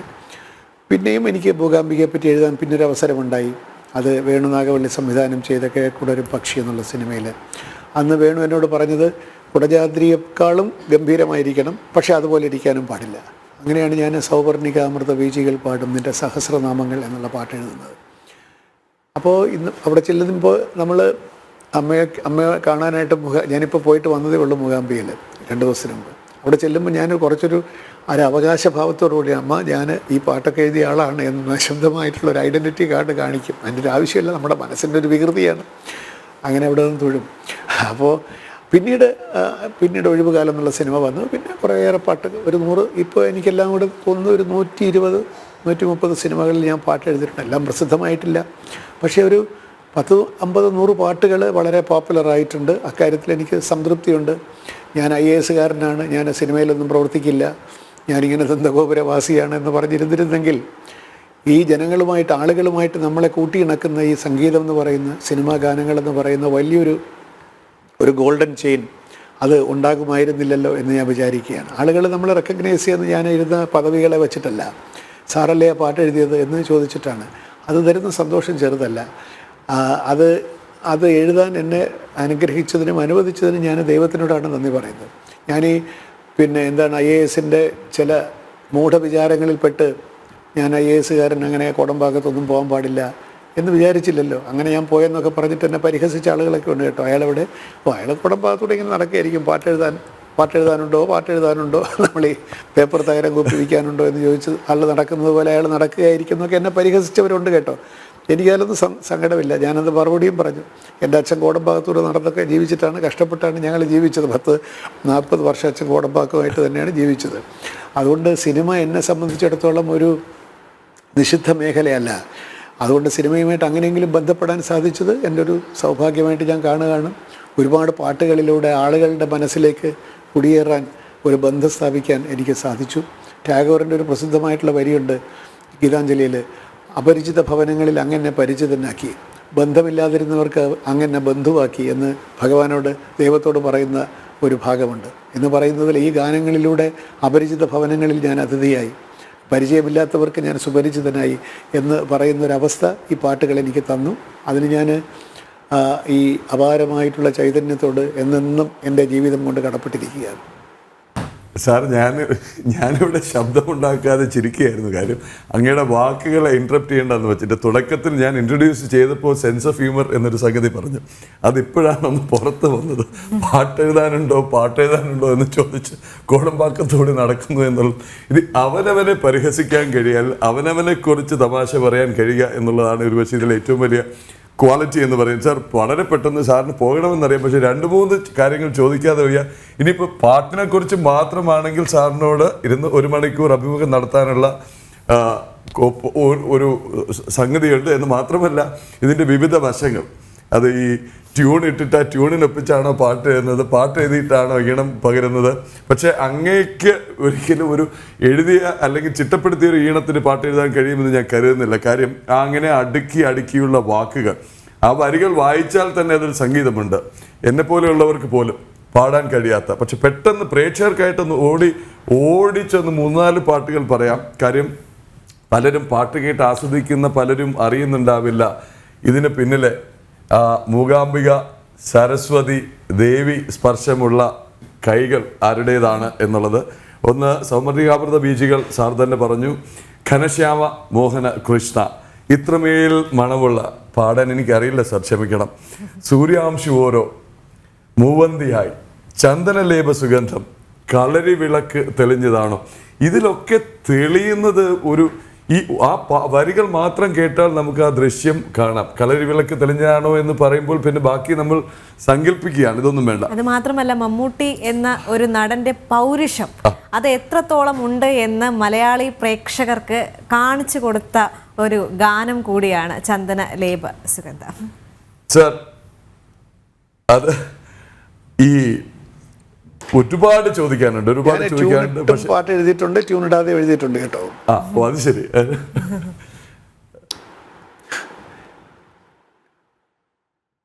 അതിലേക്ക് തന്നെ ട്യൂൺ ഇട്ടിട്ട് പാട്ട് എഴുതിയിട്ടുണ്ട്, ട്യൂൺ ഇടാതെ ഉണ്ട്. പക്ഷെ ട്യൂൺ ഇടാതെ എഴുതുന്നതാണ് എനിക്കിഷ്ടം. പറയട്ടെ, ഇട്ടതിനെ പറ്റി ചോദിച്ചല്ലോ. ട്യൂൺ ഇട്ടും എഴുതാം, പക്ഷെ ട്യൂൺ ഇടാതെ എഴുതുന്നതാണ് എനിക്കിഷ്ടം. ട്യൂണിട്ട് എഴുതിയാൽ നമുക്ക് ഈ പറഞ്ഞ പോലെ വളരെ ഒരു ഞെരുക്കമുള്ളൊരു വഴിയിലൂടെ വെള്ളം ഒഴുകുന്നത് പോലെ ഇരിക്കും. ചിലപ്പോൾ നന്നായിട്ട് ഒഴുകും. ഇപ്പോൾ ഉദാഹരണത്തിന് മഴയിലെ ഒരു പാട്ട്, ആഷാഢം പാടുമ്പോൾ, അത് ട്യൂണിട്ടിട്ട് എഴുതിയ പാട്ടാണ്. അങ്ങനെ പിന്നെ പല പാട്ടുകളുണ്ട്. ഇപ്പോൾ ബട്ടർഫ്ലൈസിലെ പാൽനിലാവിലെ പവനുതൽ പൂക്കളെ എന്ന് SP ബാലസുബ്രഹ്മണ്യം പാടിയ പാട്ട്. അങ്ങനെ കുറേ പാട്ടുകൾ ട്യൂണിട്ടതുണ്ട്. പക്ഷേ ട്യൂണിടാതെ എഴുതിയ പാട്ടുകളാണ് സൂപ്പർ ഹിറ്റ് ആയിട്ടുള്ളത്. ഇപ്പോൾ കളരി വിളക്ക് ട്യൂണിട്ട് എഴുതിയതല്ല, ചന്ദനലേപം ട്യൂണിട്ട് എഴുതിയതല്ല, സൂര്യാംശി ഓരോ വയൽപ്പൂവിലും ട്യൂണിട്ട് എഴുതിയതല്ല. ട്യൂണിടാതെ എഴുതുമ്പോൾ നമുക്കൊരു ഒരു സർഗാത്മകമായിട്ടുള്ള സ്വാതന്ത്ര്യം കിട്ടും, ഇഷ്ടമുള്ള വാക്കുകളും കൽപ്പനകളും എടുത്തു വയ്ക്കാൻ. പക്ഷേ നമ്മളൊരു ഗാനരചനയ്ക്ക് വേണ്ടി ഇറങ്ങുമ്പോൾ ഞാൻ ട്യൂണിട്ട് എഴുതുകയില്ല എന്നൊന്നും നമുക്ക് നിർബന്ധം പിടിക്കാനൊന്നും പറ്റുകയില്ല. ഒരു വെർസറ്റാലിറ്റി വേണമല്ലോ. അത് നിർബന്ധം പിടിച്ചാൽ ഞാൻ ട്യൂണിട്ട് എഴുതും എന്നുള്ളതേ ഉള്ളൂ. ഓൾദോ അതെനിക്ക് ഇഷ്ടമല്ലെങ്കിൽ പോലും. അങ്ങനെ കുറേ നല്ല പാട്ടുകൾ എഴുതാൻ സാധിച്ചു. അതൊരു വലിയ അനുഗ്രഹം തന്നെയാണ്. ഒരുപാട് സംഗീത സംവിധായകരുമായിട്ട് പ്രവർത്തിക്കാൻ സാധിച്ചു. MG രാധാകൃഷ്ണൻ ഉൾപ്പെടെ, പിന്നെ എനിക്ക് തോന്നുന്നു ഞാൻ ഇളയരാജയായിട്ട് മാത്രമേ പ്രവർത്തിക്കാതെ ഉള്ളൂ. വിദ്യാസാഗറുമായിട്ട്, അതുപോലെ രവീന്ദ്രനുമായിട്ട്, ജോൺസണുമായിട്ട്, അങ്ങനെ ഒരുപാട് ഔസേപ്പച്ചനുമായിട്ട്, മിക്കവാറും എല്ലാ സംഗീത സംവിധായകരുമായിട്ട്, ബോംബെ രവിയുമായിട്ട് പ്രവർത്തിക്കാൻ സാധിച്ചു. അതൊക്കെ ഒരു വലിയ അനുഗ്രഹമാണ്. നമ്മളിപ്പോൾ ഞാൻ ഈ പറഞ്ഞ പോലെ IASൻ്റെ ഈ സ്വർണ്ണ പഞ്ചരത്തിനകത്ത് ഇരുന്നിരുന്നെങ്കിൽ എനിക്ക് വലിയ കലാകാരന്മാരുമായിട്ട് അടുത്തിടപഴകാനും ഒന്നിച്ച് നമുക്കൊരു കലാസൃഷ്ടി ഉണ്ടാക്കിയെടുക്കാനും സാധിക്കുമായിരുന്നില്ലല്ലോ. അതാണ് എനിക്ക് എന്നെക്കുറിച്ച് തോന്നുന്ന ഒരു വലിയ സന്തോഷം. അങ്ങനെ അവിടെ ഇരുന്നില്ലല്ലോ വാതിലടച്ചിട്ട് എന്നുള്ളൊരു സന്തോഷമുണ്ട്. സമയമാവുന്നു. സാർ സമയത്തെക്കുറിച്ച് ഇങ്ങനെ ഓർപ്പിച്ചുകൊണ്ടേയിരിക്കുന്നു. സാർ വളരെ പെട്ടെന്ന് ഒട്ടനവധി കമൻസ് വന്നുകൊണ്ടിരിക്കുന്നു. ആദ്യം തന്നെ എനിക്ക് പേഴ്സണലി മെസ്സേജ് വന്നിട്ടുണ്ട്. അമിക്കോസിൻ്റെ ആശംസ വന്നിട്ടുണ്ട് സാറിന് അധ്യാപക ദിനത്തിൽ, അതറിയിക്കുന്നു. ഈ അധ്യാപക ദിനത്തിൽ അതിഥി താരമായി ജയകുമാർ സാറിനെ കാണാൻ കഴിയുന്നത് ഭാഗ്യമാണെന്ന് കരുതുന്നു. ശ്രീദേവി സന്തോഷ്. ശരിക്കും സാറിനെ ദേവി അനുഗ്രഹിച്ചു. ആ നാവിൽ എന്നും ദേവി കുടികൊള്ളുന്നു. ബാബു ചെട്ടിയത്ത്, അജിത് ഭാസ്കർ, ഇനിയും സകല ഐശ്വര്യവും ദീർഘായുസ്സും ഉണ്ടാകട്ടെ ജയകുമാർ സാറിന്. അങ്ങനെ ഒരുപാട് ആശംസകൾ. വളരെ സന്തോഷം പുത്തമ്പുലരിയിൽ സാർ വന്നതിൽ, ഇത് ധന്യമാക്കിയതിൽ. അങ്ങനെ ധാരാളം മികച്ച അധ്യാപകരെ കുറിച്ചുള്ള വാക്കുകൾ ഉണ്ട്. എന്തായാലും സാറ് ഒന്ന് രണ്ട് കാര്യങ്ങൾ കൂടി, ഇതൊക്കെ പറയുമ്പോഴാ കൗതുകം വിടുന്നില്ല. ഈ ശ്രീപത്മനാഭ സ്വാമി ക്ഷേത്രത്തിലെ സാർ പറയും. അല്ല, തിരക്കുള്ളൊരു ദിവസമാണെങ്കിലും ഇന്ന് കുറച്ച് സമയം നിങ്ങളോടൊപ്പം ചെലവഴിക്കാൻ സാധിച്ചത് വലിയ സന്തോഷം. കാരണം തിരക്കുണ്ടെന്നുള്ളത് വാസ്തവം. ഇന്ന് രാവിലെ കൊല്ലത്തേക്ക് പോകണം. അപ്പോൾ അതുകൊണ്ടാണ്. എങ്കിലും ഇങ്ങനൊരു അവസരം ഉണ്ടായതിലും കുറച്ച് നല്ല കാര്യങ്ങൾ പറയാൻ സാധിച്ചതിലും എനിക്ക് സന്തോഷം. എല്ലാ പ്രേക്ഷകരോടും എൻ്റെ സ്നേഹാഭിവാദനങ്ങൾ അറിയിക്കുകയാണ്. ശരി, എന്തായാലും സാറിൻ്റെ അടുത്തേക്ക് നമ്മൾ പോകണം എന്നുള്ളത് ഞങ്ങൾ ഇവിടെ തന്നെ സംസാരിക്കുകയായിരുന്നു. സാറിൻ്റെ കൈവച്ച ഓരോ മേഖലയിലും നമുക്ക് അതിഥിയായി കിട്ടിയതുകൊണ്ട് പുകഴ്ത്തി പറയുന്നതല്ല. എന്തായാലും അത്തരം വാഴ്ത്തലുകളിൽ വീഴുന്ന ആളുമല്ല സാറെന്നും എനിക്കാണ് ഏറ്റവും നന്നായി അറിയാവുന്നത്. അതുകൊണ്ട് തന്നെ നർമ്മബോധം, സംഗീതം, സാഹിത്യം, അധ്യാപനം, പ്രസംഗം, കൈവച്ച മേഖലകളിലെല്ലാം ഇതൊക്കെ വളരെ ടിപ്പിക്കലായിട്ട് ക്ലീഷേഡായിട്ട് പറയുന്ന വാക്കുകളായിരിക്കാം. പോയ വഴികളിലെല്ലാം ആ സുവർണ സ്പർശം ഏൽപ്പിച്ചു എന്നുള്ളത്. പക്ഷേ അങ്ങ് പറഞ്ഞതുപോലെ തന്നെ ആ അനുഗ്രഹം തന്നെ ആയിരിക്കണം. കാര്യം ഏറ്റവും വലിയ അനുഗ്രഹം വിദ്യ എന്നുള്ളത് തന്നെയാണല്ലോ. അത് ആവോളം വാരി വിതറി എന്ന് മാത്രമല്ല, ദേവിയുടെ അടുത്ത് പോലും കാണിച്ച ആ ഒരു കുസൃതി, അല്ലെങ്കിൽ മനസ്സിന്റെ വികൃതി, അല്ലെങ്കിൽ സ്വാതന്ത്ര്യം. അമ്മ എന്നെ അറിയുമല്ലോ അല്ലെ, ആ പാട്ട് എഴുതിയ ആളാണെന്ന് പറയാൻ പറ്റുക എന്നുള്ളതാണ് ഒരാളുടെ പേഴ്സണാലിറ്റിയിൽ വരാവുന്ന ഏറ്റവും വലിയ കാര്യം. ഒരു ഭാവ ഇതും ഇല്ലാതെ. എന്തായാലും സാർ, ഞങ്ങളുടെ ഭാഗ്യം, പ്രേക്ഷകരുടെ പുണ്യം. അങ്ങനെ പറയുമ്പോഴും നമുക്കറിയാം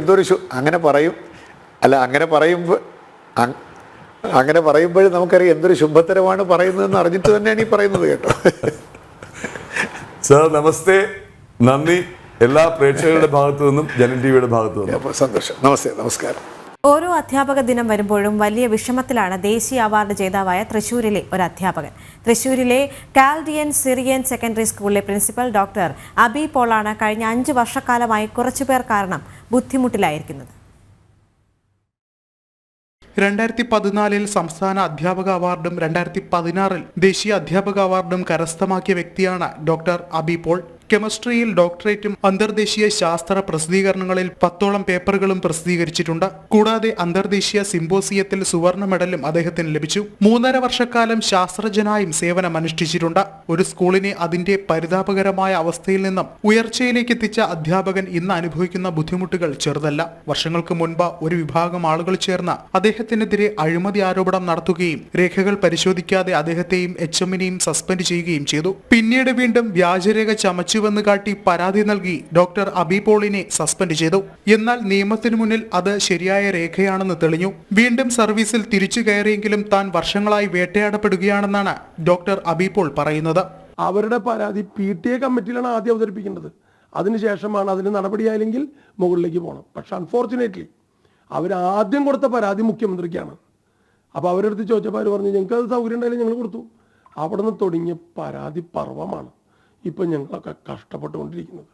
വളരെയധികം ബുദ്ധിമുട്ടിലാണ്. ഇപ്പോൾ രണ്ടാം സസ്പെൻഷൻ കഴിഞ്ഞു, തിരിച്ചു കയറി, ഇപ്പോൾ വീണ്ടും അതിനുശേഷം ഓഡിറ്റ്. ഇപ്പോൾ ദൈവം സഹായിച്ച് ബഹുമാനപ്പെട്ട ഹൈക്കോടതി വിധിയുടെ ബലത്തിൽ മാത്രമാണ് ഞാനിവിടെ തുടർന്നും മുന്നോട്ട് പോയിക്കൊണ്ടിരിക്കുന്നത്. തുടർന്നും പോരാട്ടം തുടർന്നുകൊണ്ടേയിരിക്കുന്നു. ഇത് എത്ര കാലം ദൈവത്തിനറിയില്ല. കുട്ടികളെ പഠിപ്പിച്ച് നന്നാക്കലല്ല ഏറ്റവും വലിയ കാര്യം. ഈ കേസും കൂട്ടവും കാര്യങ്ങളും അഴിമതിയും. ഡോക്ടർ അബി പോൾ ദേശീയ അധ്യാപക പരിഷത്തിൽ അംഗത്വമെടുത്തിരുന്നു. പിന്നീട് നിരന്തരമായി പരാതി നൽകുകയും ചിലർ രാഷ്ട്രീയ ലക്ഷ്യത്തോടെ പ്രവർത്തിക്കുകയും ചെയ്തുവെന്നാണ് അദ്ദേഹം പറയുന്നത്. സർക്കാർ സംവിധാനങ്ങൾ ഉപയോഗിച്ച് നിരന്തരമായ ഓഡിറ്റിംഗിനും വിധേയനാക്കി. ഓരോ അധ്യാപക ദിനം വരുമ്പോഴും തനിക്ക് വിഷമമാണ് തോന്നുന്നതെന്ന് അദ്ദേഹം പറയുന്നു. മാത്രം നോക്കാനുള്ള അധികാരമുള്ളപ്പോഴാണ് അവർ കഴിഞ്ഞ 10 കൊല്ലം 15 കൊല്ലത്തെ കണക്ക് അന്വേഷിക്കണം. അതിനനുസരിച്ച് ഡിപ്പാർട്ട്മെന്റിൽ ഓഡിറ്റ് നടക്കുന്നു, കാര്യങ്ങൾ നടക്കുന്നു. ഇതൊക്കെ എവിടെ നടക്കുന്ന കാര്യമാണെന്ന് എനിക്ക് മനസ്സിലായിട്ടില്ല. നിരന്തരം എന്നെ വേട്ടയാടിക്കൊണ്ടിരിക്കുകയാണ്. വേട്ടയാടുന്നതിന് എനിക്കൊരു കുടുംബമുണ്ട്.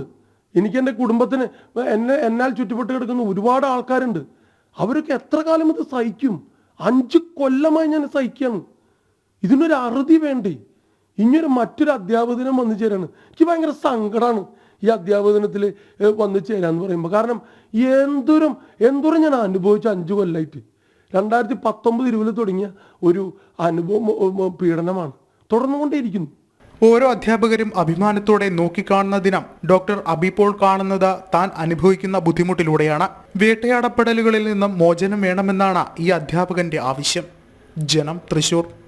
ഇന്ന് അധ്യാപക ദിനമായിരുന്നു. അതുകൊണ്ട് തന്നെ വളരെ സമ്പന്നമായ ഒരു പുത്തൻ പുലരിയായിട്ട് അതിഥികളുടെ പ്രവാഹമായിരുന്നു ഇന്നല്ലേ. ഇവിടെ എല്ലാവരും പറഞ്ഞ പോലെ ദേവികയും PCR എന്നൊക്കെ പറഞ്ഞ ചില ദിവസങ്ങളിൽ അതിഥികൾ ഉണ്ടാവാറില്ല. പക്ഷേ ഇന്ന് തുടക്കം മുതൽ അതിഥികളായിരുന്നു. പക്ഷെ വളരെ എൻഗേജിങ് ആയിരുന്നു എന്ന് പറയാതിരിക്കാൻ വയ്യ. നേരത്തെ സാറ് പറഞ്ഞ പോലെ തന്നെ വലിയ പുണ്യം, ദേവിക പറഞ്ഞ പോലെ തന്നെ ധന്യം പുണ്യം ആണ് ഈ ദിവസം. അധ്യാപക ദിനത്തെക്കുറിച്ച് എത്ര പറഞ്ഞാലും മതിയാവില്ല. നമ്മൾ ഓരോരുത്തരും അവരവരുടെ അനുഭവം പറഞ്ഞു തുടങ്ങിക്കഴിഞ്ഞാൽ അതിനെ സമയമുണ്ടാവുള്ളൂ. എന്തായാലും സമയം അതിക്രമിച്ചിരിക്കുന്നു. ഇന്നത്തെ പുത്തൻ പുലരിയുടെ ഈ എഡിഷൻ ഇവിടെ സമാപിക്കുകയാണ്. എല്ലാ പ്രിയപ്പെട്ട പ്രേക്ഷകരും തുടർന്നും കാണുക. കാര്യം വലിയ വലിയ വാർത്തകൾ തുടർന്ന് ഉണ്ട്. ലൈവ് റിപ്പോർട്ടുമായി 9 മണിക്ക് വീണ്ടും എത്തും. നമസ്തേ.